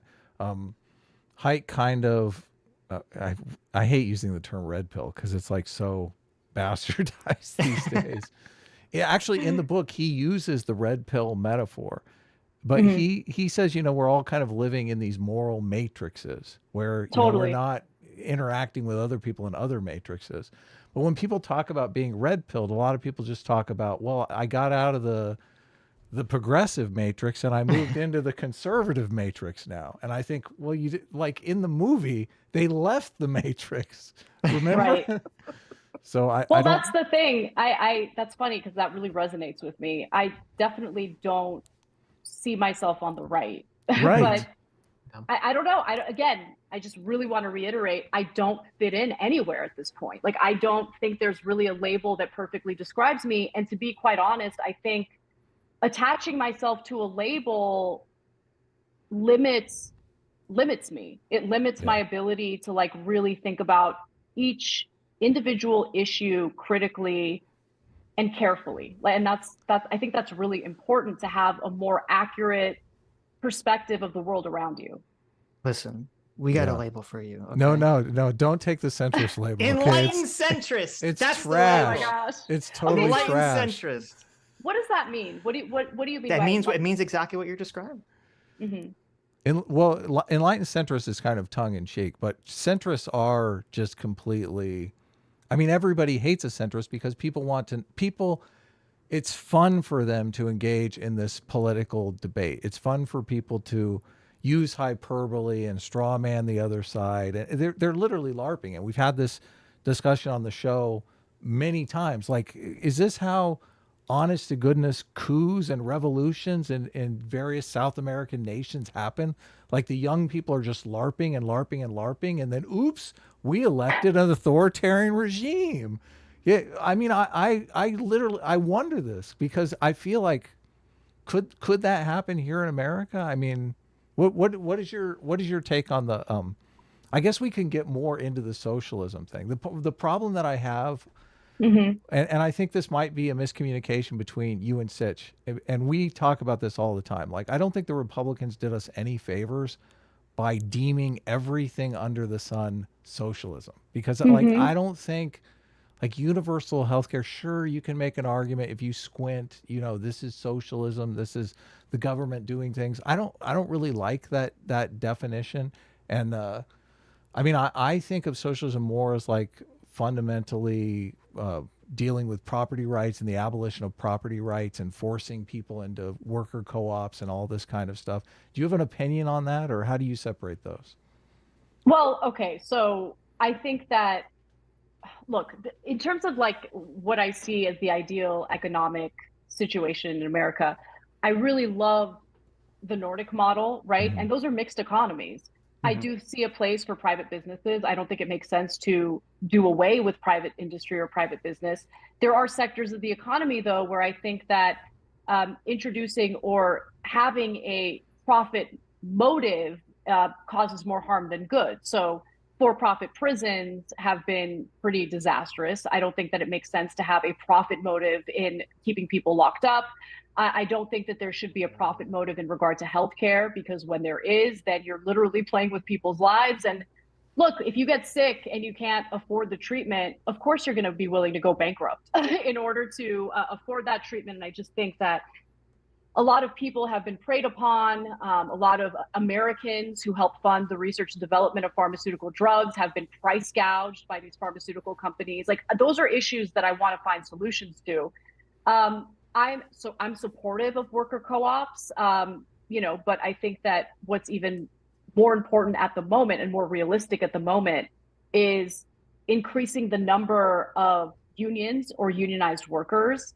Um, Unions used to be far more powerful in the country. There used to be far more unionized workers, and that gave them a seat at the table. That gave them some leverage in regard to their pay and working conditions. And I think that the dismantling and the destruction of labor unions has really led to some of the issues that we're experiencing right now. You look at some of these Nordic countries, they don't even have a federal minimum wage because labor unions negotiate pay raises on behalf of the workers. And I think that that model is far more effective than what we currently have in the United States. So I want workers to have a lot more power. I want to look, public option, I think, is better than what we have now, but I do really like and support a single payer healthcare system. Um, Do you understand the opposition to that? Because it's a, like you said, it's complicated, right? And yeah. I feel like a lot of the innovation in the healthcare industry, which I personally find important. I want to cure for cancer. I'm hoping like the AI stuff will help us move in that direction. But I do think the profit motive does foster massive amounts of innovation. And these other nations that have like some sort of universal healthcare system, I don't know that a lot of innovation is coming out of those systems. So I do Mm-hmm. kind of feel like they're taking advantage of the fact that we have this model, which I mean, you and I agree, like it's terrible, like it's too Mm-hmm. far in the profit motive direction. But I worry about the single payer thing because I think it might be too far in the no profit motive. I mean, the difference between single payer and a public option is literally like the government is basically going to abolish private health insurance, and there's not going to be any private business involved. Well, I mean, look, I think that look what so we have to differentiate the innovators, so those who are innovating new treatments, new medical, tools, all of that, from the actual healthcare system, right? Because the Right. way that I envision it is these people who are innovating, oftentimes through investment by American taxpayers, through the National Institutes of Health, like we fund a lot of that research and development, right? And then they turn Okay. around, they price gouge us. So like that, they'll still exist. They're still going to make money. But the reason why I like a single payer healthcare system is because the government has more leverage to negotiate the prices of those services, right? Right. And so right now what's happening is you have all like this weird fractured system where there's all these different healthcare companies and all these different plans, and there's more leverage when you have greater numbers, right? So if the entire country is under a single payer healthcare system, the country has more leverage to negotiate those prices. What I worry about with a public option as opposed to a single payer healthcare system is that it'll create like this two-tiered system. And as you can see with other programs in the country, public schools, I think, is a good example.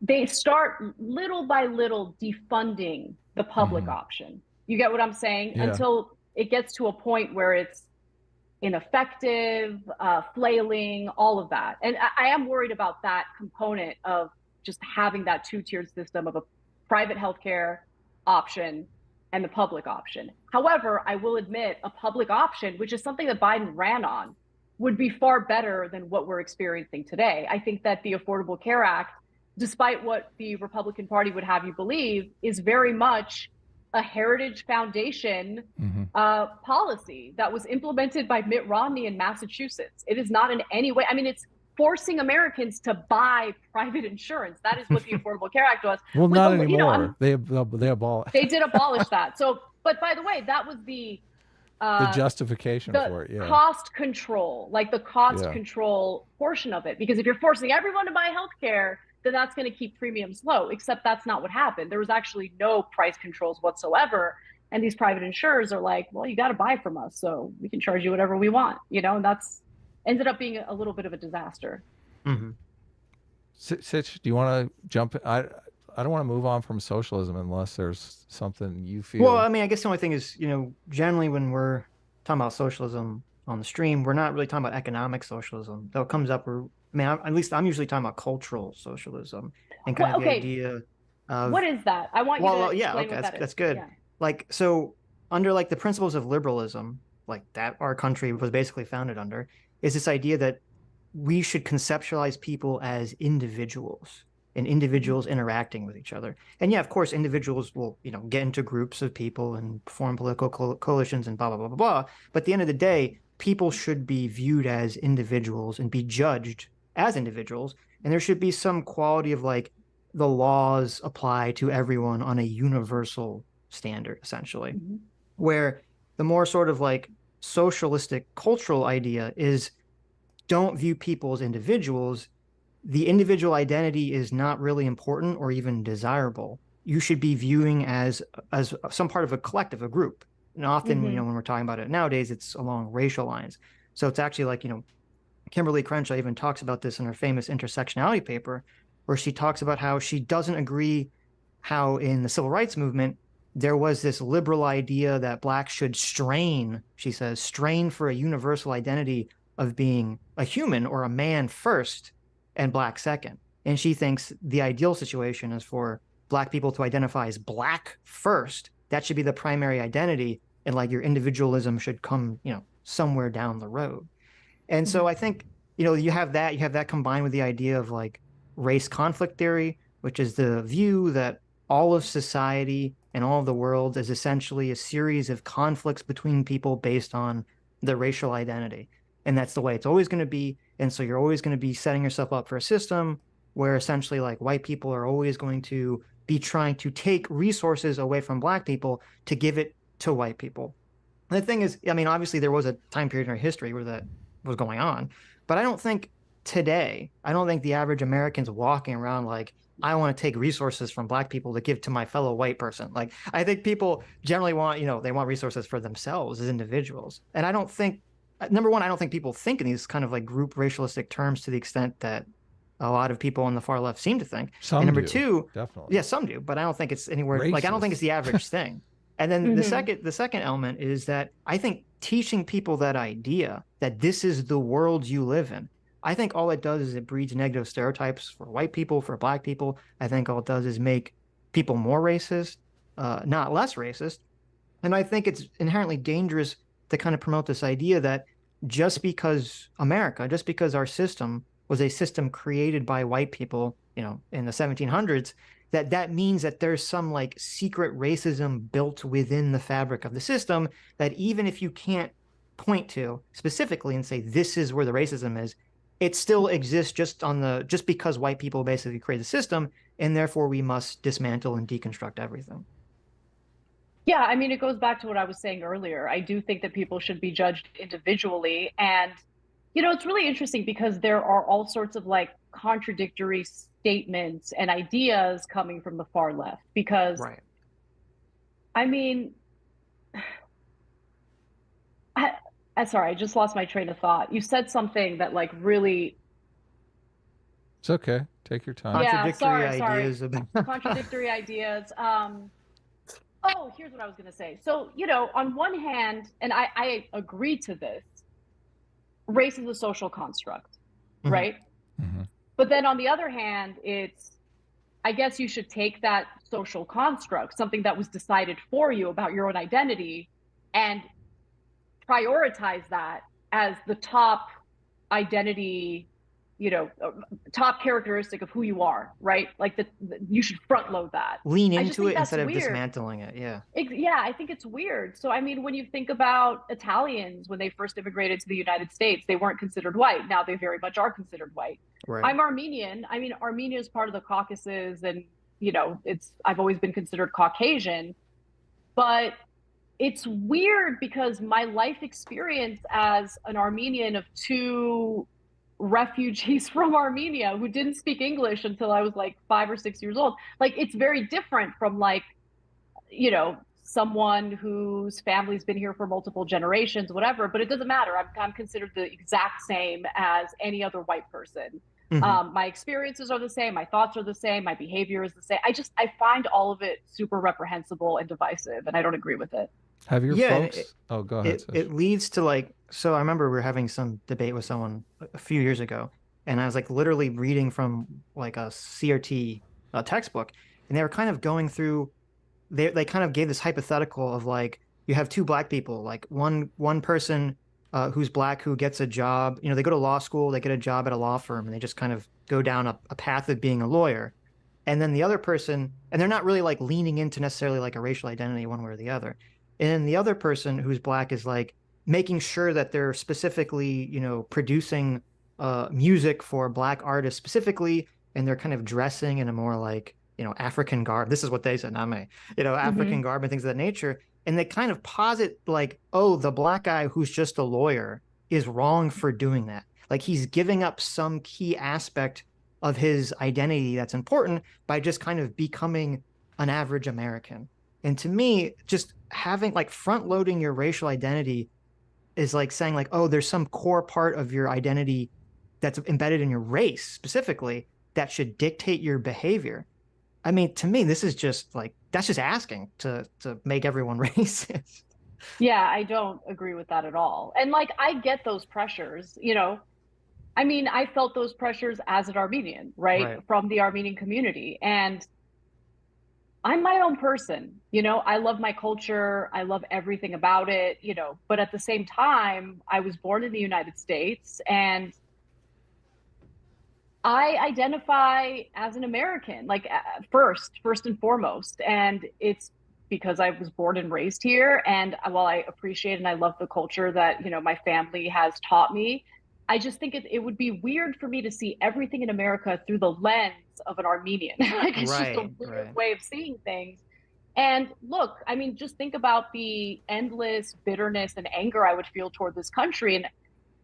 And I think to some extent it's justified, but I just refuse to have that kind of mindset. Like, America still does not officially recognize the Armenian genocide, right? Mhm. So if I would never take that and make myself some sort of victim in America because of what the government refuses to acknowledge. Right. I think it's gross that they refuse to acknowledge it, but I also understand the geopolitical pressures that inform the decisions that our federal government make, right? We are close allies to Turkey, a NATO ally, even though currently, from what I've read, Turkey is kind of playing both sides of this Russian invasion in Ukraine, supplying some weapons to Russia, which I think is a bit of a problem. But anyway, that's beside the point. My point is, you can take some of the injustices in the world or in the country you live in and have that inform every decision you make and have that impact your mentality in regard to what you can and can't accomplish, right? And I think to some extent, and I haven't fully formed an opinion on this, right? It's just something that I'm leaning toward and I want to explore it more. I'm a little bit concerned that the left, and at this point I'm talking about the left broadly, I'm a little concerned that the messaging that they've engaged in for quite some time now toward the Black community is to some extent insulting toward them and infantilizing toward them and stereotypical. So like it was kind of jarring to me in the whole affirmative action debate. And there seems to be this like weird agreement that I don't agree to, that like, oh my God, if we don't have affirmative action, you know, Black people could never get into colleges or universities. Yeah, that's so bad. And I just don't like, I don't know, that rubs me the wrong way. Sometimes I'm worried that the messaging, the hyperbolic messaging, because think about it, if you're told over and over again, this country's unfair, you're never going to make it, you're never going to make it, why even try? Why even try? Like, and I'm worried that that disempowers people. So I don't know. It's something that I want to explore more. I want to understand more. Maybe there are some sociologists that have like studied this and researched this. And if you guys have any recommendations, I'd love to read it. But you're actually on solid ground in this one, because I saw Cenk's opinion on this, on the overturning of affirmative action, and he was in favor of it for the same reason I'm in favor of it, because it creates all these negative stereotypes. And a huge contradiction I saw on the left, and I'm like, I don't necessarily know how to process this, but they're saying Clarence Thomas, they're using affirmative action to call him stupid. And I'm like, wait, what? Well, yeah, I mean, they're saying you're playing into Cenk's argument there, yeah, right? totally. They're saying, look, he benefited from affirmative action, and that's why obviously he's wrong about this. He's stupid. I'm going, this is the problem. This is totally the problem. So it seems like on the affirmative action one, you're definitely on firmer ground because you got Cenk on your side. So it's the other places where you have to beat Cenk up, and that's like the Democrats are secret Republicans. I noticed you launched an attack on him last week about that one. What's your take on this theory? We've debated this theory on the show as well, and Sitch is always fighting against this. Democrats and Republicans are exactly the same. Well, okay, so it's complicated. Like it's a nuanced thing to talk about, because I do think that the Democratic Party has come a lot closer to the Republican Party on some economic issues, right? So it's no surprise to me that at this point, there's always like a handful of Democratic senators, when Democrats have the majority in Congress, to like basically raise their hands and say like, no, we're against these, you know, economic liberal policies. Kirsten Sinema and Joe Manchin were the two that were willing to raise their hands in regard to the Build Back Better plan. But they're not the only two. They were just the first two who were willing to publicly speak out against it. But there are Chris Coons, another senator, like there's a bunch of, I think, economically conservative Democrats who would definitely serve as obstacles to some of the more progressive economic policies. And I think the reason why is because over the years, and certainly after, you know, Citizens United, you have this increase of incredibly wealthy donors, not just donating to the Republican Party, they're donating to both parties, right? And look, anyone who tries to argue that these aren't legalized bribes, like, what do you think they are? Every election cycle, the amount of money that pours into election coffers increases. There are some donors that focus on the right, like, for instance, the majority of money coming from the NRA goes to Republican candidates. But when it comes to some of these multinational corporations, Let me when it let me comes to cut in a second, give you like a different perspective, because I'm with you, and I don't like I'm not in favor of all this money flowing into politics. And even look, the argument I usually hear is that, you know, sooner or later the representative has to be responsive to their actual voters. So if the actual voters want a certain policy prescription and the rich donors want a completely different one, they have to cheat, you know, finagle to get it in there. And I don't like, I'm not Pollyanna about it. I think that does go on. But I'm skeptical of this idea that you can give a bunch of money to a politician and they can brainwash their constituencies into like wanting things that there's no way in hell they would want. I don't think that they're brainwashing their constituents into wanting things they don't want. I think what they're doing is they're pivoting to the culture wars in lieu of focusing on the economic issues, where I think that there is, I wouldn't say exact agreement, but there is definitely more agreement and increasingly more agreement between Democrats and Republicans on these economic issues. And I think part of the reason why the culture wars are front and center and getting worse every election cycle is that in an effort to differentiate themselves from the Republican Party, the Democratic Party has leaned into the culture wars more and more, I think to the detriment of the country to a large extent.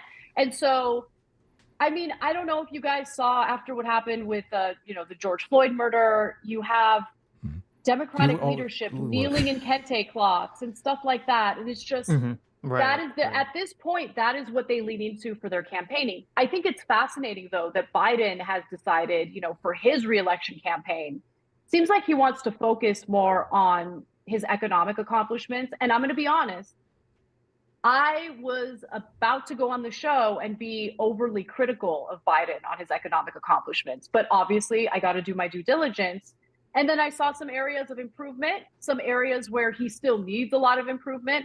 We did a fair video on that when we talked about so-called Bidenomics. So I think it would be wrong to say that Democrats and Republicans are exactly the same.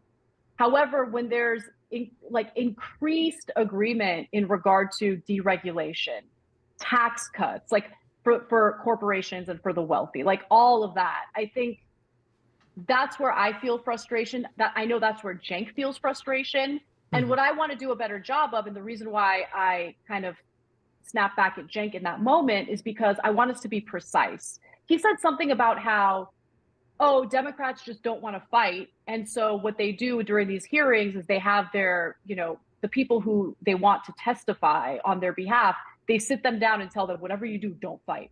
I'm like, Cenk, like, you have no evidence of that. You can't just say that as if it's fact. I have an issue with that, right? However, I do think that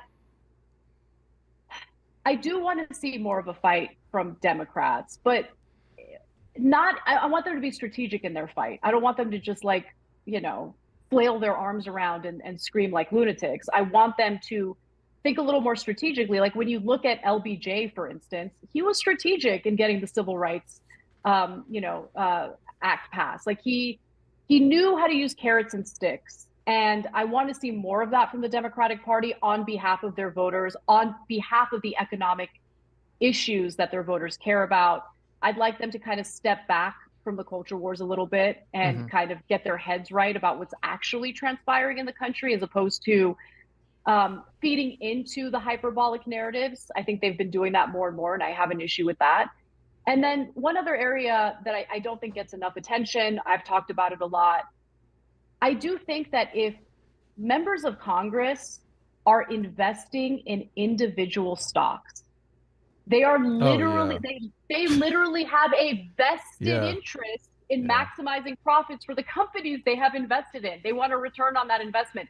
I think that's a problem. I think that there needs to be a solution to that. I don't know if it's, you know, blind trust. I don't know if it's, okay, you can only trade mutual funds, but you look at the numbers and it's obvious they're insider trading because their stock portfolios. Both sides. This is not it's Republicans are baddies and Democrats are good girls and boys. No, it's both sides. And it's, I mean, Nancy Pelosi, I think, is top of that list. She has outperformed I know. like it's crazy. over and over and over again. I'm like, I'm sorry, but she's not that brilliant. I'm not going to buy it. Right. Yeah. Yeah. I mean, obviously that all the insider trading stuff should be obviously illegal.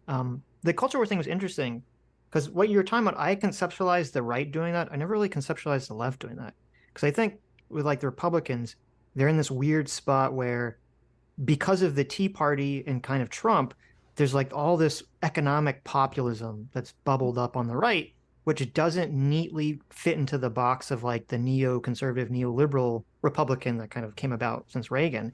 And so in order to like distract from that issue, there's like this massive push on the culture war issue, which, you know, whether you're a more like classical Republican Reaganite or you're like a populist MAGA Republican, you know, you're on the same side of the culture war stuff.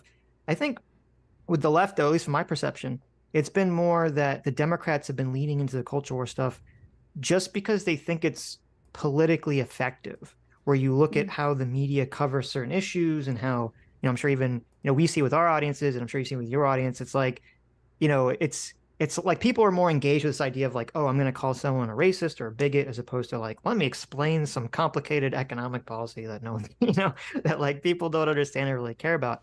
And my perception has always been the Democrats have been kind of leaning into the culture war issues just because they see it as like a useful stick that they can keep slamming the conservatives with. And the conservatives see it now as a useful stick they can keep slamming the Democrats with. I mean, I think we're both right. I mean, I think that it's a way of differentiating themselves from the Republican Party, but it's also a way of giving their constituents the illusion of governing, you know, the illusion that they're fighting on their behalf.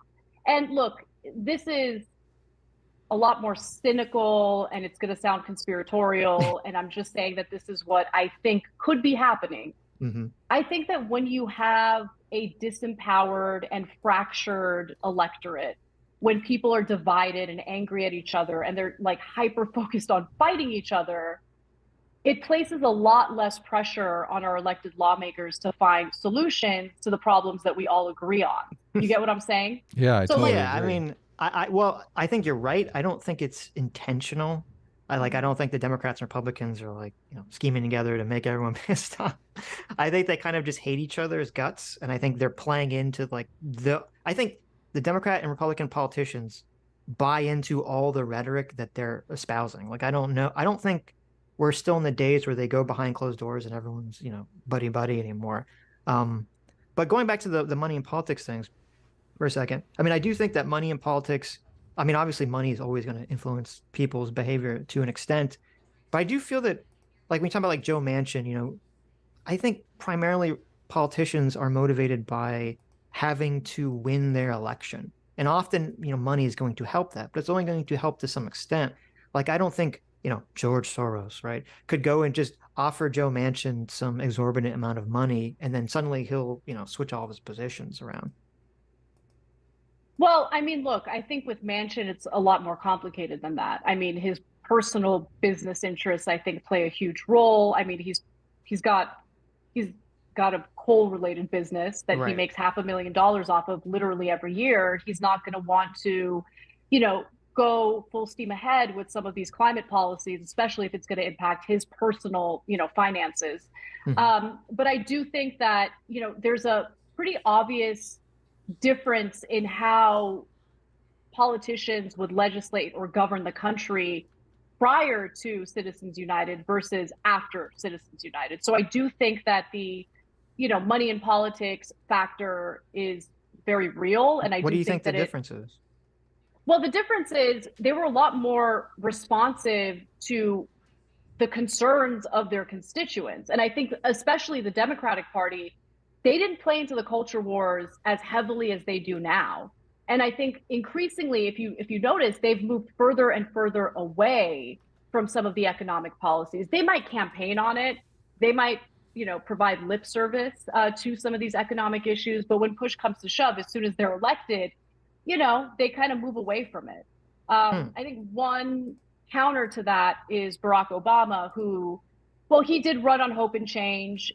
Looking back on it, you know, while he seemed to imply better economic conditions for Americans, he was never very specific about it. I think that's notable in retrospect. But he did also campaign on codifying abortion. And that was a culture war issue that he campaigned on in 2008. And then as soon as he got elected, he like literally said, it's not really a priority right now. Well, it's kind of like, so Biden with the healthcare, right? So right, exactly. And I would venture to say that the healthcare situation absolutely should be a priority. Same with, codifying abortion, which, by the way, I want to say something about abortion. As someone who is firmly in favor of reproductive rights, I want to tell you guys and your audience that the vast majority of us do not agree with what Lance said on Tim Pool's show. We don't. Nice. I don't know why he said that, and nice. I was like mortified when he said that. What did he say that you're talking about specifically? So first off, Tim gave him like a ridiculous hypothetical of like a healthy pregnancy at 9 months, and the woman just decides like, I went through the torture of being pregnant for 9 months, and I've decided to end my healthy pregnancy, right before I'm going to deliver. Right. No one's in favor of that. Okay. No one, literally no one. I guess except for Lance, because the problem with Lance is and the problem with these bad faith debates is that he wants to win. So when you're not engaging in a good faith debate, you then end up agreeing to things or saying you support things that you might not actually support. So I don't know what Lance really thinks. Yeah. But the only time abortions happen in the third trimester, first of all, they're always tragic. They're always awful. And it's because the woman's life is in danger. Yep. Okay. It's never because the woman was lazy and decided that she wanted to do it last minute. No one is supportive of that. In fact, most people who are supportive of abortion want it to happen, up to the point of viability.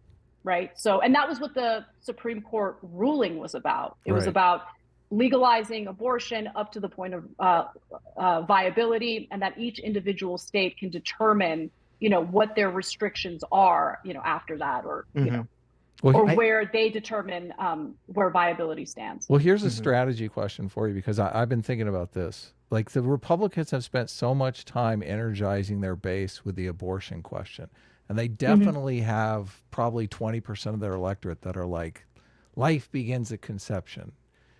Like, how do and I've read that like 80% of people are in the position that you just laid out, abortion up until viability, 10, 20 weeks, whatever we're talking about. How do Republicans court that 80% of the electorate and stop just, Democrats catering to them? I don't know. So you should ask Republicans because look, at the end of the day, people want to be able to make decisions about their own bodies, about their own lives. Another area where, I think that there was a lot of misinformation was about what it would mean if someone refuses to get vaccinated with the coronavirus vaccine. I mean, look, at first it was like, oh, you got to get vaccinated because it's going to stop the spread. But then they admitted it's not going to stop the spread. And so, look, people should be able to make decisions about their own lives and their own bodies unless there is a very real and proven public safety or public health concern, right? And the way they sold it was you must get vaccinated because if you don't, you're going to harm other people. I think to some extent the jury's out on that. And I got to a point where I was like, listen, as long as me and my family are vaccinated, we're going to be all right. I'm done with this debate. Yeah. It's stupid. Yeah. And so that's just to give you another example of the majority of Americans actually do love freedom. They do love to make decisions about their own bodies. They want to make intimate decisions about their own families and family structure. I don't think it's helpful that there's like an increasing number of school districts in blue states that are trying to cut parents out of the conversation if their children identify as transgender. I think it's really important for the parents to be part of that conversation. And so, there's just, I think the Republican Party has a steep hill to climb on that. And in order to really understand why, I think you have to take a step back and see how the abortion debate became a culture war issue to begin with. Like, at the center of that was an evangelical figure named Paul Weyrich. And Paul Weyrich actually wasn't like passionate about abortion or outlawing abortion. In fact, the right-wing religious leaders didn't say anything against Roe v. Wade until about 5 years later. And the reason why they did is because they realized it would be a way to galvanize the religious, religious groups, like basically form a broad coalition of religious voters that could apply leverage to the Republican Party and actually have some power.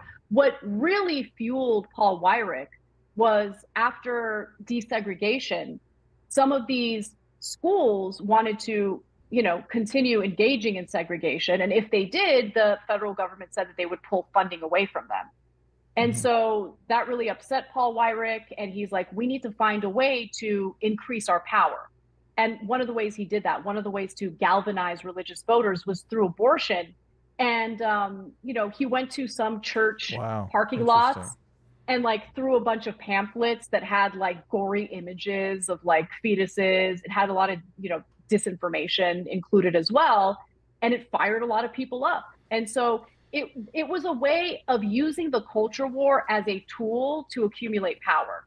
And so when you think about the manipulation that took place at the heart of the anti-abortion movement, you can kind of understand why that didn't really have much lasting, power. I think throughout the years after Roe v. Wade, after people were able to actually enjoy the freedom that Roe v. Wade provided for them, it's kind of hard to take that away and then not face the political repercussions that follow. Let me rephrase, because instead of the Republicans, why aren't Democrats just putting out a proposal that's a reasonable abortion cutoff?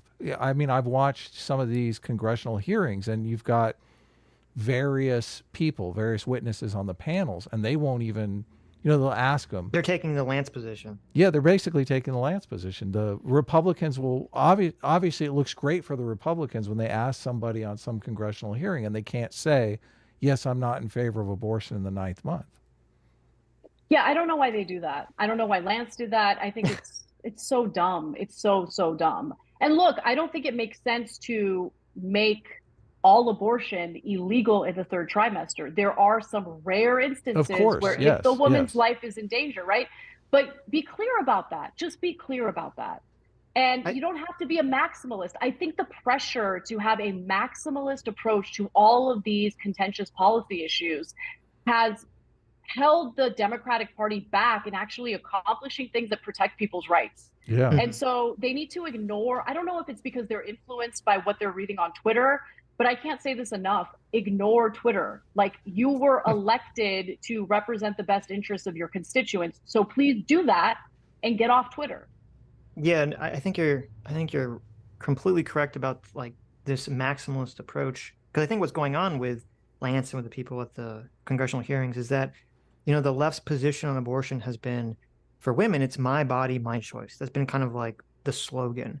And while obviously bodily autonomy is part of the abortion conversation, I think it's too simplistic to kind of narrowly focus and say that's all the abortion conversation is, because that's obviously not. It's more complicated than that, because the question is, well, is there a potential life inside of you, or is there a real life inside of you? What point is it become a life?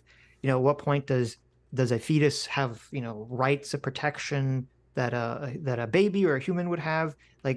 And so I think the problem is that because the slogan was my body, my choice, and it kind of got narrowed down so simplistically, essentially that is like, if that's your position, like, and you say my body, my choice, it like has to lead you down the road of you can get an abortion at any point as long as it's inside of you. And I think that simplistic focus, as opposed to having like a nuanced focus, is what led people down having these like insane prescriptions, which allow the other side to basically very easily attack and demonize them. Well, I mean, look, if you are basing your policy prescriptions on slogans and you haven't actually done the work to understand these issues and come up with a nuanced opinion on it, then you're a moron, right? So like, Yeah.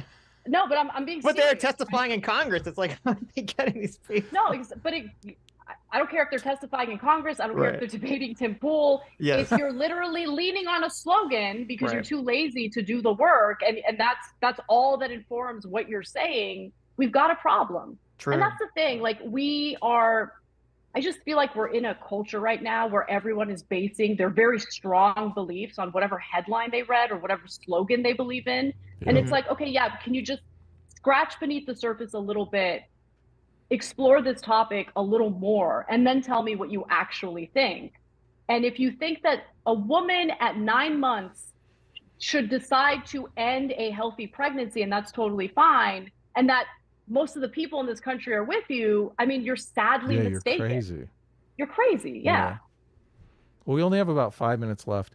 There's one more thing I want to say because are constantly talking about regulation. One of the things that bugs me is that I feel like we're in this situation where, like, Democrats are reflexively pro-regulation and Republicans are reflexively anti-regulation. And I always feel like, I mean, what is the regulation? I want to know what the regulation is.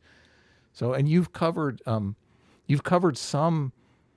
Obviously, you're in favor of affordable housing. I'm in favor of affordable housing. We both live in Los Angeles. God, we need affordable housing in LA more than anything. So, Yeah. you did a story last week, I think it was, about DeSantis adopting some anti-regulation bill or something like that.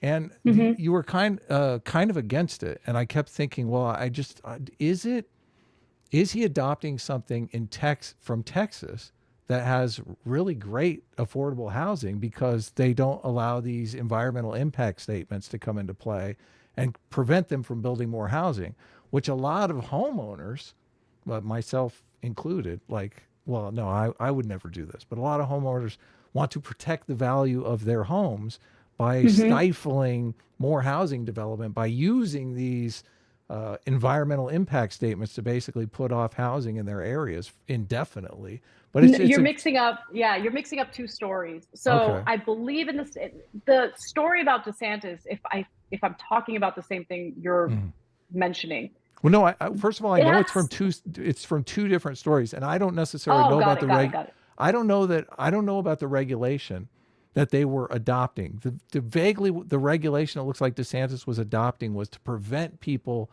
from using regulation. But I didn't necessarily know what the regulation was. And I don't like it. Doesn't it not seem that Democrats sometimes are reflexively pro-regulation when they should just think about what the regulation is? Well, I mean, look, you have to give me a specific regulation that Democrats are in favor of. But okay, so just backing up to address the housing question. So I think that there are certain areas where there's too much red tape when it comes to building housing. And I think there are areas where there's too little red tape. So I'll be very specific here. Where I would like to see less regulation is the area of what, like, honestly, NIMBYs do. Like, and NIMBYs, in order to protect their neighborhoods from additional housing being built, they started implementing these regulations indicating that developers would have to do environmental impact studies. Right. And look, there is, I think, some justification in trying to see, all right, this housing development, could it have a negative impact on the environment? However, that's not really what the intention is. It's really meant to hinder or completely stop the development of new housing. And that is what California is dealing with right now. It's funny that you bring up, and so I'm against some of those regulations, not because I don't want to see what happens to the environment or how it could negatively impact the environment. I think that you can still do that. You can still do those studies without misusing them as a way of serving as obstacles to the development of new housing, which, as you know, we desperately need. Right. So I'm in agreement with you on that. The area where I'd like to see more regulation is we have a housing shortage. That is what is driving up prices of rents and also homes that someone might be in the market to buy. And what I'm noticing is there's been an ongoing issue of foreign investors, people who live in other countries who have no interest in living here, but they want to find a place to park their money. In some cases, they want to launder their money, and so they buy U.S. real estate. In some cases, it's commercial real estate. In a lot of cases, depending on which city you're in, like, entire neighborhoods are being bought up by foreign investors. Yeah. And those homes just sit empty. And I think temporarily, and this is something that Texas did, this is something that Ron DeSantis is either trying to do or already did in Florida, and I think this is what you're referring to. They placed a ban on foreign investing in real estate, in housing specifically. Right.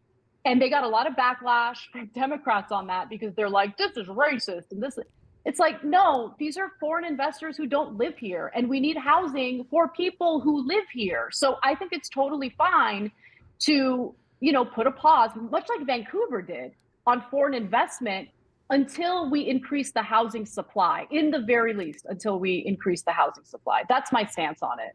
No, that's great. And I can't believe the Democrats would use the race card with something like that. It's like so crazy. Yeah. I mean, look, it might be that I think the way Ron DeSantis did it is he didn't ban all foreign investing. He focused on specific countries. Right. And it was more of a political stunt. And I don't agree with that. I don't agree with that. Yeah. But if he didn't do that, and if he was like, you know what, we've got a housing shortage, I want to look out for the people of Florida. So for now, I'm going to ban all foreign investment in residential real estate. I'm 1,000% behind that.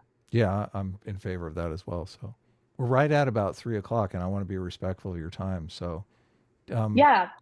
Well, thank you for having me.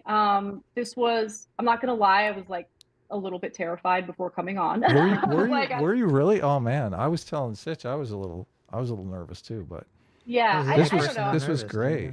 Yeah. Yeah, you guys are super friendly, and thank you for, you know, the opportunity to talk to you and your audience, and I hope they enjoyed it. And yeah, keep it up. You're getting a lot of love in our super chats, I see. So yeah, awesome. You'll have to let us know what the fallout is, because I'm like, it's torturous to think that, you know, you can't be honest in this day and age. So I mean, I really commend what you're doing here, and I feel completely sincere with us, which is just, I mean, it's a breath of fresh air, obviously, in this political environment. So thank you. Thanks for that support, and I'll keep that in mind as the fallout happens, so I could like stay strong.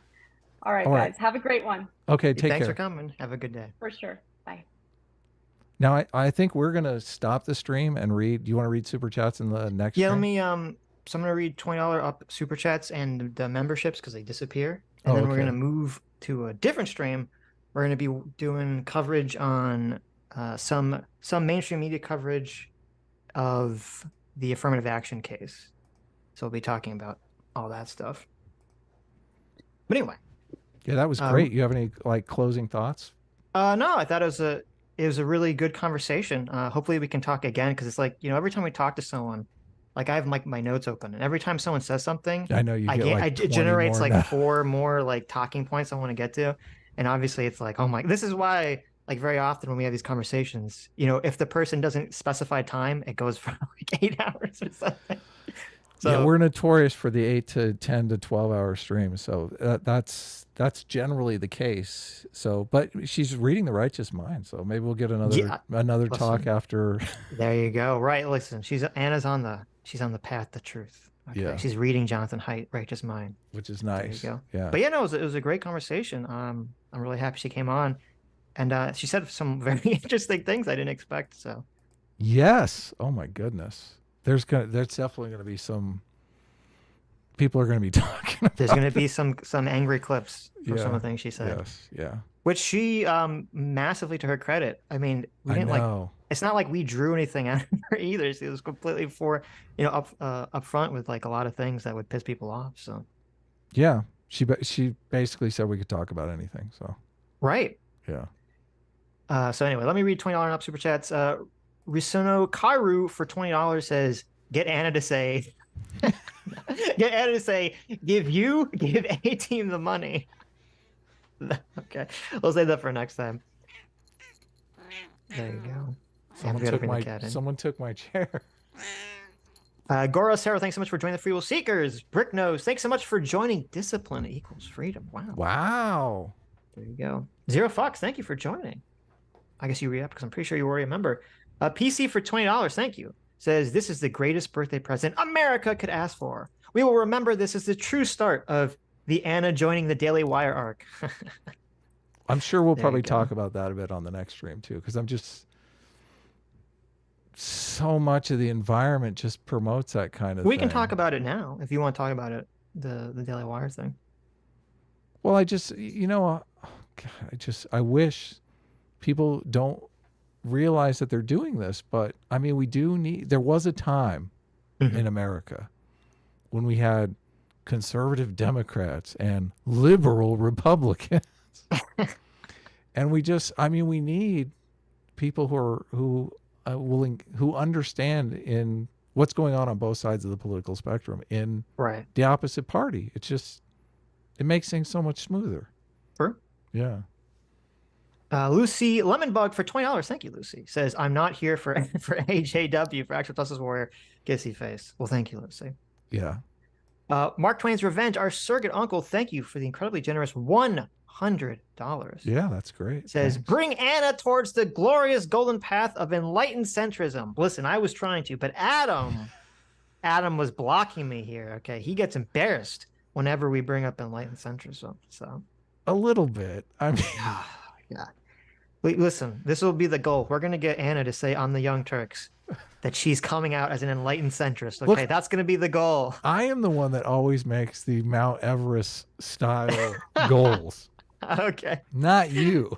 That's my Mount Everest goal. All right. PC for $50. Thanks so much. PC says, happy birthday to America. That's right. 4th of July coming up in a couple of days. Speaking of which, so we're not going to be streaming on Tuesday because it's the 4th of July. Yep. Just letting you guys know. But we're doing two streams today, back to back for you guys. That's true. There you go. You guys get your weekly dose. I hope Sitch and Adam and all of chat are able to enjoy the holiday. Big thanks to Anna for joining. I'm not sure we agree on much, but we appreciate that she's open to these conversations with those she disagrees with. True. Yeah, look, and she was nervous coming on too. Look at that. Yeah. I was the only person not nervous in this conversation. I know. Adam is like, I'm nervous. I'm like, why? Like, I don't know. Well, I think part of the nervousness is, and she said it a few times, like, she feels like maybe she's committing career suicide here. She doesn't necessarily know. She is kind of jumping out into that abyss. Oh yeah, I understand why Anna's nervous. Definitely. Because she's as she said, she's self-sabotaging. That's what's so sad is that basically it's like telling the truth is self-sabotaging. Fuck. What has gone wrong here? Right. Where it's like she doesn't even, just because she disagrees on certain issues, it's not like Anna's suddenly said, okay, I'm going to become a Republican now. And she starts like, giving every single right-wing talking point, that we heard of. She still, she wants a single-payer healthcare system. She still has, I would say firmly is on the left, especially economically. And it's just like not wanting to give into not wanting to give away liberalism, right? Just because she still believes in the goal of colorblindness and people should be treated as individuals. It's like, you get labeled as a right winger or a grifter or something. Well, and not wanting to straw man the other side and actually consider their arguments in good faith, which is evidently unacceptable in this political environment, which sucks. Yeah. Right. PC for 10 gifted subs. Thank you so much, PC. Orion9191 for 14 months. Thank you so much. Says kudos to Anna for coming on. I'm open to what she has to say. Yeah, this was a great talk. It was. BMO for 6 months of discipline equals freedom. Thank you. Says never expected Anna to come on the show. Great job, A-Team, for the scheduling. Yeah. Yes. Did you reach out to her? So Anna followed me on Twitter a couple weeks ago, and I reached out to her. Nice. And asked her to come on the show, and she responded saying that she likes the show and that she'd love to come on, and that I was totally wrong about the Daily Wire. Which obviously she was going to join the Daily Wire. Obviously, that's hilarious. Yeah, that is funny. So I'm sure a lot of people are speculating that she's going to join the Daily Wire. We did not only did we get answers to that, which I've speculated on the show about. We got answers to evidently her and Jank are having heated debates behind the scenes. That's fun. Remember when I was speculating about this going on and saying, "Oh God, I would love to be in that." In that solo meeting. In the DMs. I'm sending Adam like why it would be stupid to abolish income tax for everyone. She's doing the same thing. Yeah. We got that she told Jank not to go on Destiny stream. That's hilarious. That's funny. That's so funny. And a big shout out and a big thanks to Leftist Mafia for bringing us together. So there you go. That's how she found our content. So thank you for your terribly, horribly gaslighting, not correct or honest take on the situation. We got Anna Kasparian throwing Lance under the bus. Oh, hilarious. My God. Yes. Oh my God. Unprompted. Fat Brown Buffalo, thank you for the $20. Says, make me proud, Anna. Show these dirty centrists what a young Turk can do. Oh my. There you go. Goodness. Spencer Harmon for 14 months says, dang, thank you, Spencer. I would never have thought this conversation would ever happen. Way to go, Anna. True. What's your first thoughts for 3 months? Says, hey, Anna, it's super cool to see you here. I hope you guys have a great, open, and interesting conversation. Have a great weekend. Mark Twain's Revenge. Thank you, our surrogate uncle, for the 50 gifted memberships. Thank you. Godlike Snake for 7 months of Outside the Simulation says, hey, Anna, big fan of your face. Question, do you watch actual Justice Warrior? Well, okay. You want to know something? You want to know a secret? Mm-hmm. I guess it's not a secret. It's public information. Anna, I believe Anna follows Sean on Twitter. So yes. Yeah. There you go. I mean, and Sean had a video, I think the day before yesterday, where he was commending her for criticizing the mayor of New York City. What was the situation? It was for housing or something. Yeah, very praiseworthy video of Anna yesterday. So yeah, there was a woman who was white, though apparently it turned out that she either was or was related, or her family like escaped the Holocaust or something. But she was white, and she was complaining to the mayor about an issue. I believe it was about housing, and she was angry about it. And the mayor was like threw his race in her face and said, like, don't talk to me like I'm in the plantation. Show me respect. Yeah. Mayor. It was like totally disgusting. Eric Adams, I think, is his name. Yeah, right? Eric Adams. Totally disgusting for someone to, especially a mayor, to utilize their race in that situation. I mean, you have a mayor literally talking to a individual citizen. The power differential cannot be more on display. A mayor of New York City, right? Mm-hmm. Yeah. Of one of the biggest cities of the world in the United States, right, is like trying to be like, oh, you're being a racist against me just because you're angry at me. I was like, oh my God, like screw off. It was disgusting. So, how dare Anna you come at me like the plantation owner? Yeah, she yeah, pointed out the power dynamic too, which I was like, whoa. Yes, and she rightfully criticized and called it out. Yeah. Jimmy for $20 says, I used to watch TYT every day. My red pill was TYT's coverage of Rashard Brooks. I couldn't believe they were defending him out of prison for COVID instead of spending time with his kids. He passed out drunk at Wendy's. Which one was Rashard Brooks? In the guy who passed out in the Wendy's driveway. Oh, that was the guy that got shot at the Wendy's. Oh, yeah. Okay. Remember he jumped out of the car and stole a gun and was that was shooting insane. behind his back or something. Yeah, I never saw TYT's coverage on it. I would be willing to bet Anna's opinion has changed now. I know that we. Go ahead. Sorry. I know that we watched the Daily Show's coverage of it. Did we watch TYT's coverage of it? I don't know. I remember we watched Jon Stewart's coverage of it, and it was like insane, right? There's like, oh, why did if you guys forget the story, it was basically a guy passed out at a Wendy's in the drive-thru, and the police show up, and they're gonna arrest him because he's driving drunk, like way over the legal limit, and he starts like fighting them and running away, and he even takes one of the police officer's tasers. Yeah, and doesn't he actually fire it at the police officer? I believe so. Yeah. Yeah, and the cops end up shooting him, and like Jon Stewart and a lot of other people were like, "Oh my God, why did the police have to shoot this guy who stole a cop's taser and tried to hit him?" I was like, they "What don't know is any happening?" Of that stuff. They downplay it in the story, but read Superchats. Let's move to the other stream. Yeah, okay. Just try to keep it short. Obviously, I know. We can talk over there for 12 hours. It'll be great. Naxos for 15 months. Thank you. Says, hey, Sitch and Adam. With Anna coming on, I'm wondering if you saw Actual Justice Warrior's big video today on Gavin Long. Is it possible that could be brought up with Anna productively? So actually, I don't believe either of us had time to watch it. Yeah, I didn't today. see it. I know nothing about that situation. Right. Sean did reach out to me and kind of apologize for for like the new. I guess people in chat were already talking about it, but look, I'm not. I think Anna followed Sean on Twitter. Yeah, and she seems like maybe. Well, I don't know. I haven't seen his videos, so maybe, like, depending upon how terrible his video is, maybe she'll actually talk to Let's say Sean. I don't know. aggressive, right? But yeah, listen, I Aggressive. don't know. Yeah, that's a If Anna better. wants, if That's a Sean wants to better reach out to term. her for a conversation, yeah, it'd be interesting if she'll go down for it. I have Or not maybe we can seen bring the it next video. time. I did offer. I tried to bet Sean $20 that he would lose the Sam Sam Cedar Cedar debate. Yeah, conversation. over this video. Yeah, but Really? he wouldn't bet me. So what does that tell Okay. you? Oh, okay, interesting. $20. That's nothing. Come on. Crack Rock Steady, our favorite Ninja Turtle, for 15 months of discipline equals freedom. Thank you. Says, don't let your side stop you from keeping up your good faith journey. And keep up the great work. Great job setting up this talk. Sitch and Adam, S class is best class, and A team reigns supreme. Woo! There you go. Thank you. Anna is obviously A team because it's in the name, Anna. Right? There you go. Lives in Deswall specifically for $20. Says, speaking as someone who highly values truth and who underwent a similar journey of political self-examination, I like to sincerely welcome you to the club. There's an air hockey table in the break room. Fridays are casual. True. Listen, I didn't realize. It's very interesting until this conversation.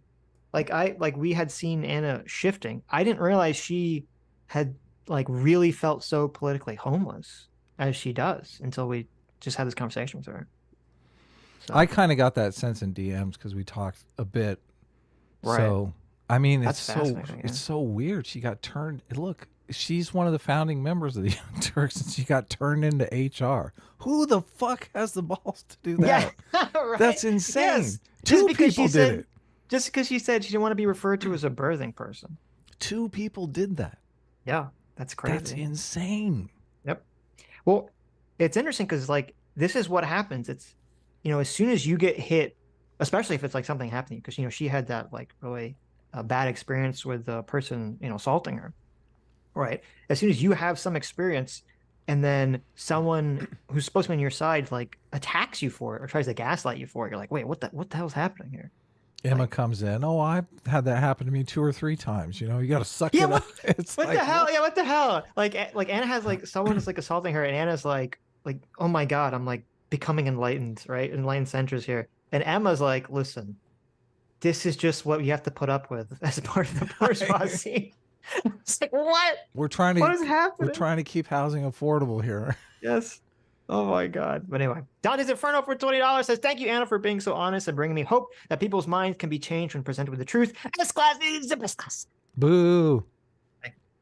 Mark Twain's Revenge. Thank you so much, our circuit uncle, for the 50 gifted memberships. Thank you. Yeah, that's awesome. Holy cow. Everyone's giving us memberships. Welcome new members. Thank you. Mark Ellison for $20 says, I will always simp for open-minded Anna, never turn into the I'm better than you again. Well, there you go. I do like the clip of Anna where she's like, and he was a white guy. That clip is so amazing. Dave Berlin, thanks so much for 9 months, says, Anna admitting she's wrong about some of her past views, becoming an honest interlocutor, and working to see both sides is more refreshing. Good job. Yes. Yeah. A lot of kudos for Anna. Red 47.3 for $20 says, hello, Anna. I'm really valued your willingness to reflect on the craziness of the left. Would you be willing to talk to actual justice warrior? He's a big fan of yours.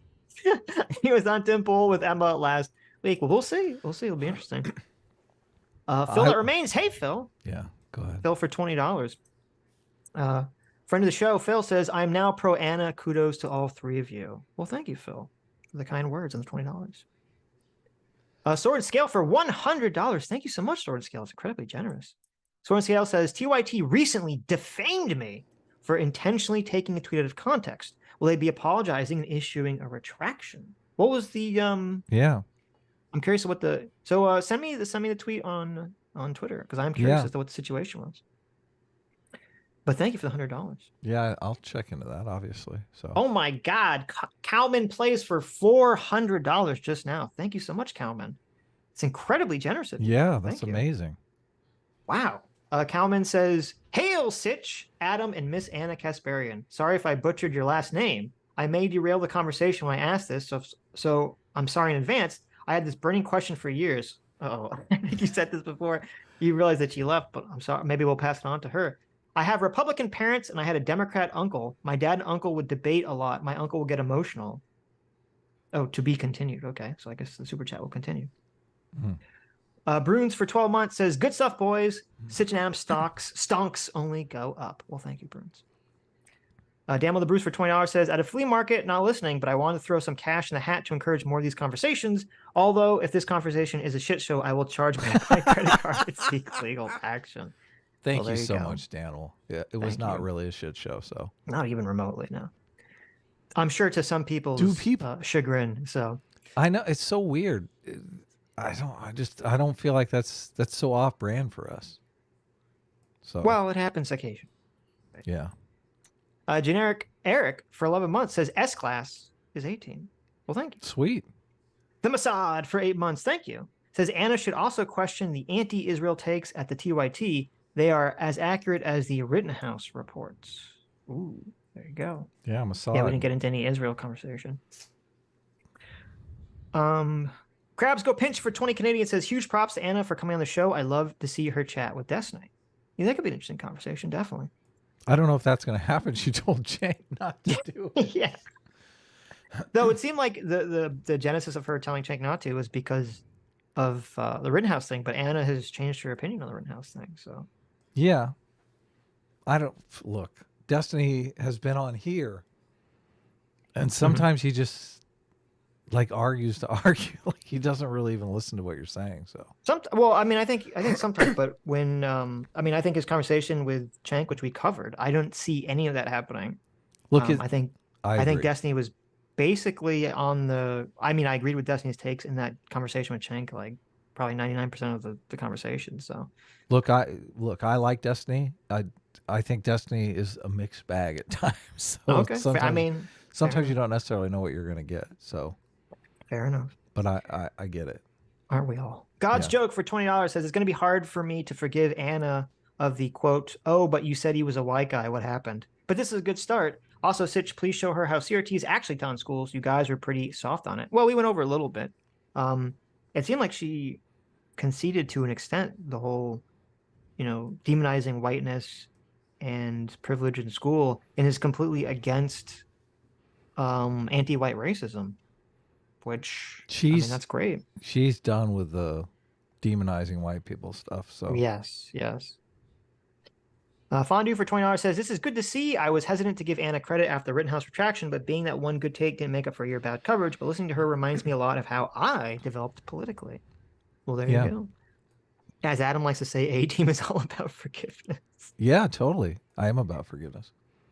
I did not mention, look, I wonder, because that Anna retraction thing was covered by a lot of different people. Mm-hmm. I think Ben Shapiro covered it. Mm-hmm. But that was the one that I clipped out. Remember? And I put the Sitch and Adam in there. And I noticed everyone was using it. Oh, that's right. I forgot about that. Yeah, do you remember that? So I'm not. Everyone was playing it, including on Fox News, and we'd see the little Sitch and Adam logo like at the bottom. I didn't mention it in the talk, but I wondered. Look, that's hilarious. Oh look, if you make a good retraction, don't bury it in the third act of a 20-minute video. Come on. There you go. Put that shit up front.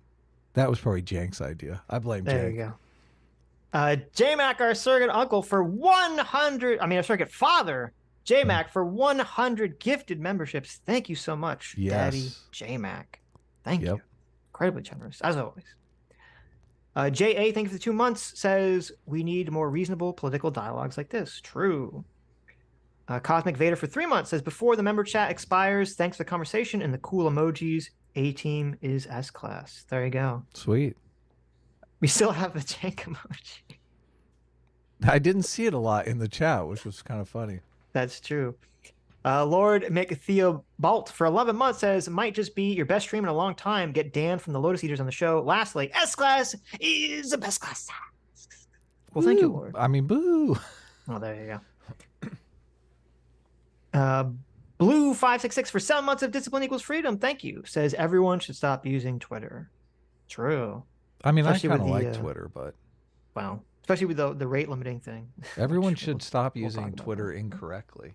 True. When I sent you the Zoom link, Twitter said that I couldn't send it because there was the limitation. Wait, like, really? It was like, oh fuck. That's for real. Well, you sent it? I sent it a second time and it totally went through, okay. but immediately I was like, oh shit. Interesting. Good Faith Gary for $20 says, thank you so much for coming on, Anna. S-Class is the best class. Thank you. Wow. Adam Rich Jammer sets up a talk with Anna Kasparian, and it's all S-Class is best class. Look at That's this. true. Yes, that's true. I mean, it's true. Look but at still, this. That is true, guys. You gotta give Adam credit. He is the one that set this up. So. Yeah. But S-Class still is best class. Rich Jammer for 15 months. Thank you. Says, time to watch some TYT vids. Wait, that's not a video. Sorry, didn't see it live since I came late. Well, thank you, Rich. Sammy G. Thank you, Sammy G, for being 15 months. Order of the Enlightened. Thank you. Nice. Sammy says, Adam, I've only been in LA for 2 days and I already got caught up in a police manhunt for a killer by my hotel. My California expectations were low, but holy crap. Certainly an interesting experience. Anime con story I didn't think I'd have. Yeah. I sent Sammy some restaurant recommendations, some shishi restaurants in LA, but that sucks. When Anna was talking about the crime in LA, I mean, it's crazy. Like you see local news, it's just all kinds of crazy stuff. So it's still going on. I know. Yeah. Semantic Dragon for 2 months says, a casual reminder that S-Class is the best class. Which is why Sitch's name is first. True. In all honesty, I mean, on the channel it's first, but when out in the wild, I see Adam before Sitch, like far more often. Just do a Google search. I'm telling you. Sitch doesn't like it because he knows it's true. Yeah, no, it's not. My is dismissive. I don't believe it. Fake news. You're wrong. Okay. Aiden Powden. Hey, Aiden. Thank What's you for $20. Aiden? Aiden says, great show all. I was so pleasantly surprised. Best of luck to Anna on her ongoing political journey. Well, thanks. Yeah. Roughneck MP173 for $20 says 2 words. Gavin Long. See, I don't know anything about Gavin Long. And sure, I'm going to watch Sean's video. But like Anna said on the show, like there's a bunch of different shows on. I don't know like if there's clips of her in it or whatever, but I mean, I feel like she's like ready to do massive mea culpas here. Sure. For anything. Right. And I'm not sure, and we haven't really fleshed. I haven't really talked enough or researched enough to understand my position on this, but I'm leaning towards the like stochastic terrorism argument being like a little not really good. Well, it depends what was specifically said, right? Yeah, totally. And yeah, I watched Sean's video because I'm not fully aware of what was said either, or what Gavin Long, because I remember Sean talked about it on Tim, and he talked about it when he was on our show afterwards a little bit, but I don't know the full extent of the situation. Because yeah, I mean, I agree. The stochastic terrorism thing gets thrown out way too frequently and often, but I do think there are certain things people can say that I would say they are being irresponsible. And could potentially lead to violence, and they should be aware of that. I agree. The clearest case is the Tiller the baby killer thing with Bill O'Reilly. Well, I don't know if I agree it's the clearest case. I mean, also I don't think he was ever sued for that at all. But it's definitely, and well, to be clear, at least when I'm talking about stochastic terrorism, I think you had to be so egregious to be legally responsible. And I don't think that's like most cases. Hold on. But I do think that there could be some level of personal or philosophical responsibility in terms of the rhetoric that people use. That's what I'm talking about. I don't know that you can be legally responsible at all because this is such a gray area in free speech and all that, and I don't want to impinge on free speech. But I do think there is some moral culpability in like that case with Bill O'Reilly. I like the 4 screenshots on the Tim Pool show is nowhere near, like doesn't make the level of. Yeah, no, of course. Yeah. Obviously, the accusation with the 4 screenshots is preposterous. So. Right. Tiller the baby killer was a constant thing that Bill O'Reilly would do on his show, like over and over and over again. So right. Yeah. So I mean, we'll talk about it on the next stream more, but. Drew the Dogman for 9 months. Thanks so much. Says, I feel guilty doing this since I never paid for a membership. You got them all from Jay and 9 months. And Potato. Says, with gusto, A team reigns supreme. Terrible. Wow. Terrible. Look, I forgive you because you never actually paid for the membership, but There you go. Calman here's the Plays. part 2. Yeah. Yes. Thank you, Calman. I'll read the whole thing together. Thank you, Calman Plays, for the incredibly generous $500. Thank Wow. you. Calman Plays says, Hail Sitch, Adam, and Miss Anna Kasparian. Sorry if I butchered your last name. I may derail the conversation when I asked this. If so, I'm sorry in advance. I had this burning question for years. I have Republican parents, and I had a Democrat uncle, my dad. I had a Democrat uncle. My dad I had a and Democrat uncle. uncle. My dad and uncle would debate a lot. My uncle would get emotional. He would get emotional and call my dad a racist for not voting for Obama. Wow. I just want to know why we as humans get so emotional when it comes to politics to the point of insults. It's just weird for me. I guess we chalk it up to partisan brain. I don't know. Well, I think there's a couple things going on there.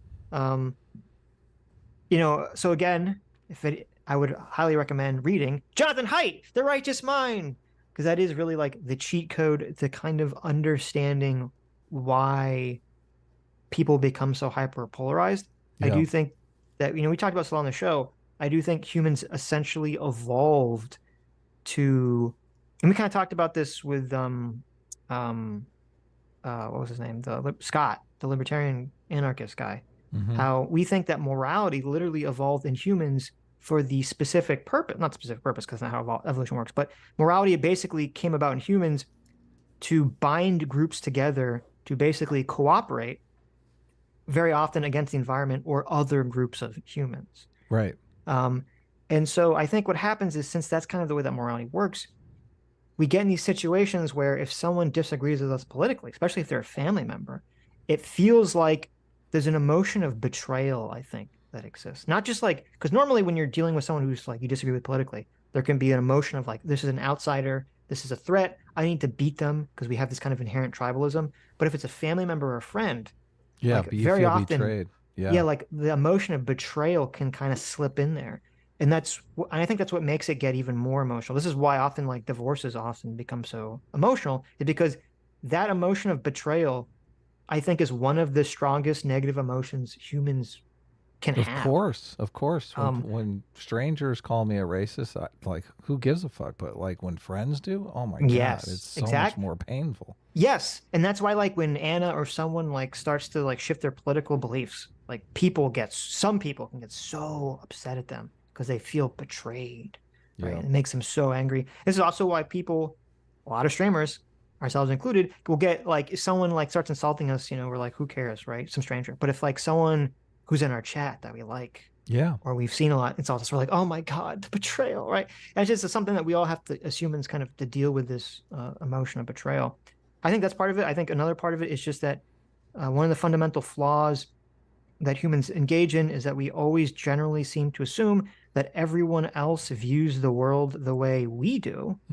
And since we do that, we then assume if someone has a different opinion, that there's got to be some like malicious intention behind it.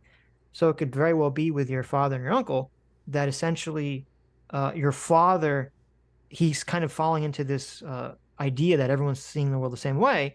And so in his mind, the only explanation for your uncle disagreeing with him is, some race-based thing, right? He doesn't like that's what he's seeing, as opposed to saying like, well, no, my brother, he just has different political positions, or more likely different moral foundations that are guiding his principles in his life. I slightly disagree. I think Okay. I think there could be some. Obviously, I agree about the betrayal, and I feel like there's probably some level of disrespect felt here, but I do feel like part of the problem is this kind of societal atmosphere that we have, where we're constantly characterizing our political adversaries as like demons from hell. Right. So when your uncle goes, to your dad and, presents this framing to your dad, and your dad doesn't accept it because he's like a regular human being. And like, he's like, it kind of seems weird, this thing that you're pitching at me. Your uncle probably feels a bit of disrespect. Like, I see the world this way, you should see the world this way. I don't understand why you're not buying into it. And if you perceive the world the same way that I perceive the world, you would obviously be voting the same way as me, because a lot of politics is just framing whatever the opposition is as the kind of person that you really can't vote for unless you're Right. just evil. Right. Oh, and I'm So- sorry, I mixed up. Calvin, I'm sorry, I mixed up your dad and your uncle. Your uncle is the one calling your dad racist, not the other way around. Yeah. So, but I do think that's a problem, and that's one of the reasons why man, I kind of feel like we are in the fast food stage of social media. Like there's this new technology, and we're kind of trying to figure out, how it works and whatnot. And a lot of us are indulging our appetites for, what I would call fast food information. Information that's fun and tasty, but not necessarily good for us. And I feel like we're kind of eventually going to evolve to a place where people realize that. They realize the difference between fast food and healthy food. And there are more healthy options, that kind of thing. Does that metaphor make sense to you, Sitch? Yeah, no, I agree. So, and hopefully maybe we can be one of those sources. Maybe Young Turks can be one of those sources, baby steps, Well, and also, right? yeah, I agree. And also, something that Anna was just talking about, where she was saying, she would read the mainstream media sources and kind of just assume and trust that they were being upfront. Yep. And it's kind of like crazy and eye-opening when you realize that's They're not the lying. case. They're lying Right. like a rug. Right. And so it could very well be like with your uncle, he's still in kind of the mindset of trusting a lot of mainstream media sources.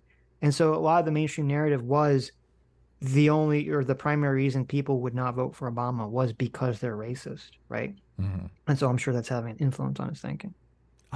Man, I'm kind of stunned because I think the fallout from this live stream is going to be, it may be nothing, but it could be it could be giant. Well, it's interesting because, yeah, I don't know. There could be literally zero fallout for Anna from this conversation. Yeah. Or there could be very minor. I don't think this was a conversation our audience would have expected in like a million years. No, that wasn't a conversation either of us really expected, Yeah, honestly. totally. And even when the conversation was happening, I didn't expect Anna's positions to be where they were, which I'm happy for. I think there's a high possibility that leftist mafia will cover this, some part of it, not cover the whole thing, but they'll probably cover the elements that she talks about them and all the drama. So, but I don't know. I don't know if there'll be that much fallout. We'll see. I'm interested. Yeah, we'll see. Corona Kid for 9 months. Thank you. Says, thanks boys for being great show all these years. Anyway, today's my birthday. I think I finally have to say S class is the best class. Well, happy birthday. Happy birthday, Corona. Yeah. That's awesome. Another year. Spencer Harmon for $20. Thank you. Says, Actual Justice Warriors video didn't go against Anna at all. It was pretty much Jimmy Dore and the others not pushing back on it. Anna wasn't implicated in anything Sean put out. Okay. Well, there you go. Okay, cool. Maybe Anna will have another talk maybe Anna will talk with Sean. Right. I would listen. I'd love to hear that. El Caliso for 9 months. Thank you so much. Says Anna has more balls than Jimmy. Where's the door? We didn't bring that up. We should have brought that up. That was funny. That'll be next time. Look, I'm trying to get Jimmy Dore back on the show, so let's just... right. Okay. This was an amazing stream. I'm ready to go simp for Anna on Twitter. Kidding, not really. There you go. Malice for 15 months says, 15 months? Wow! I want my money 15 months. Well, thank you, Malice. Sounded like you said 50, but... No, 15. I can't wait till I get the black one. I don't... There you go. You heard it here first, folks. Adam can't wait till he gets the black one. I get that big black avatar. There you go. What do you call those things? What is that? The badge. The badge, yeah. That's the one I want, yeah. It's badass. The highest level is gold, right? After 2 years. Yeah, the gold one's amazing. Yeah. John A for 9 months says, 9 months. I see Stockholm syndrome has set in. Anyway, keep up the great content. Sitch and Adam, this Anna stream was a quality conversation. Well, thank you. Thank you so much.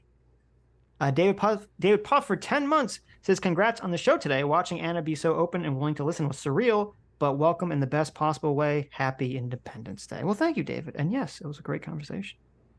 Yeah. Well, if you guys like, if we'll migrate over to the other stream, and I got a story to tell too. So Okay, well, let me just looks check. like we're. Oh, okay. I forgot. Okay. Yeah, let me put in the. I'm gonna put in the chat the Well, link. the pinned comment has a link actually. Oh, okay. But you can so there's a pinned put comment. another one. There's a link in the chat.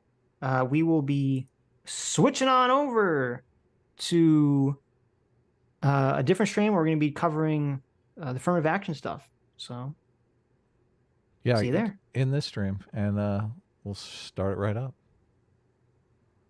Bye bye. Bye bye. I already did.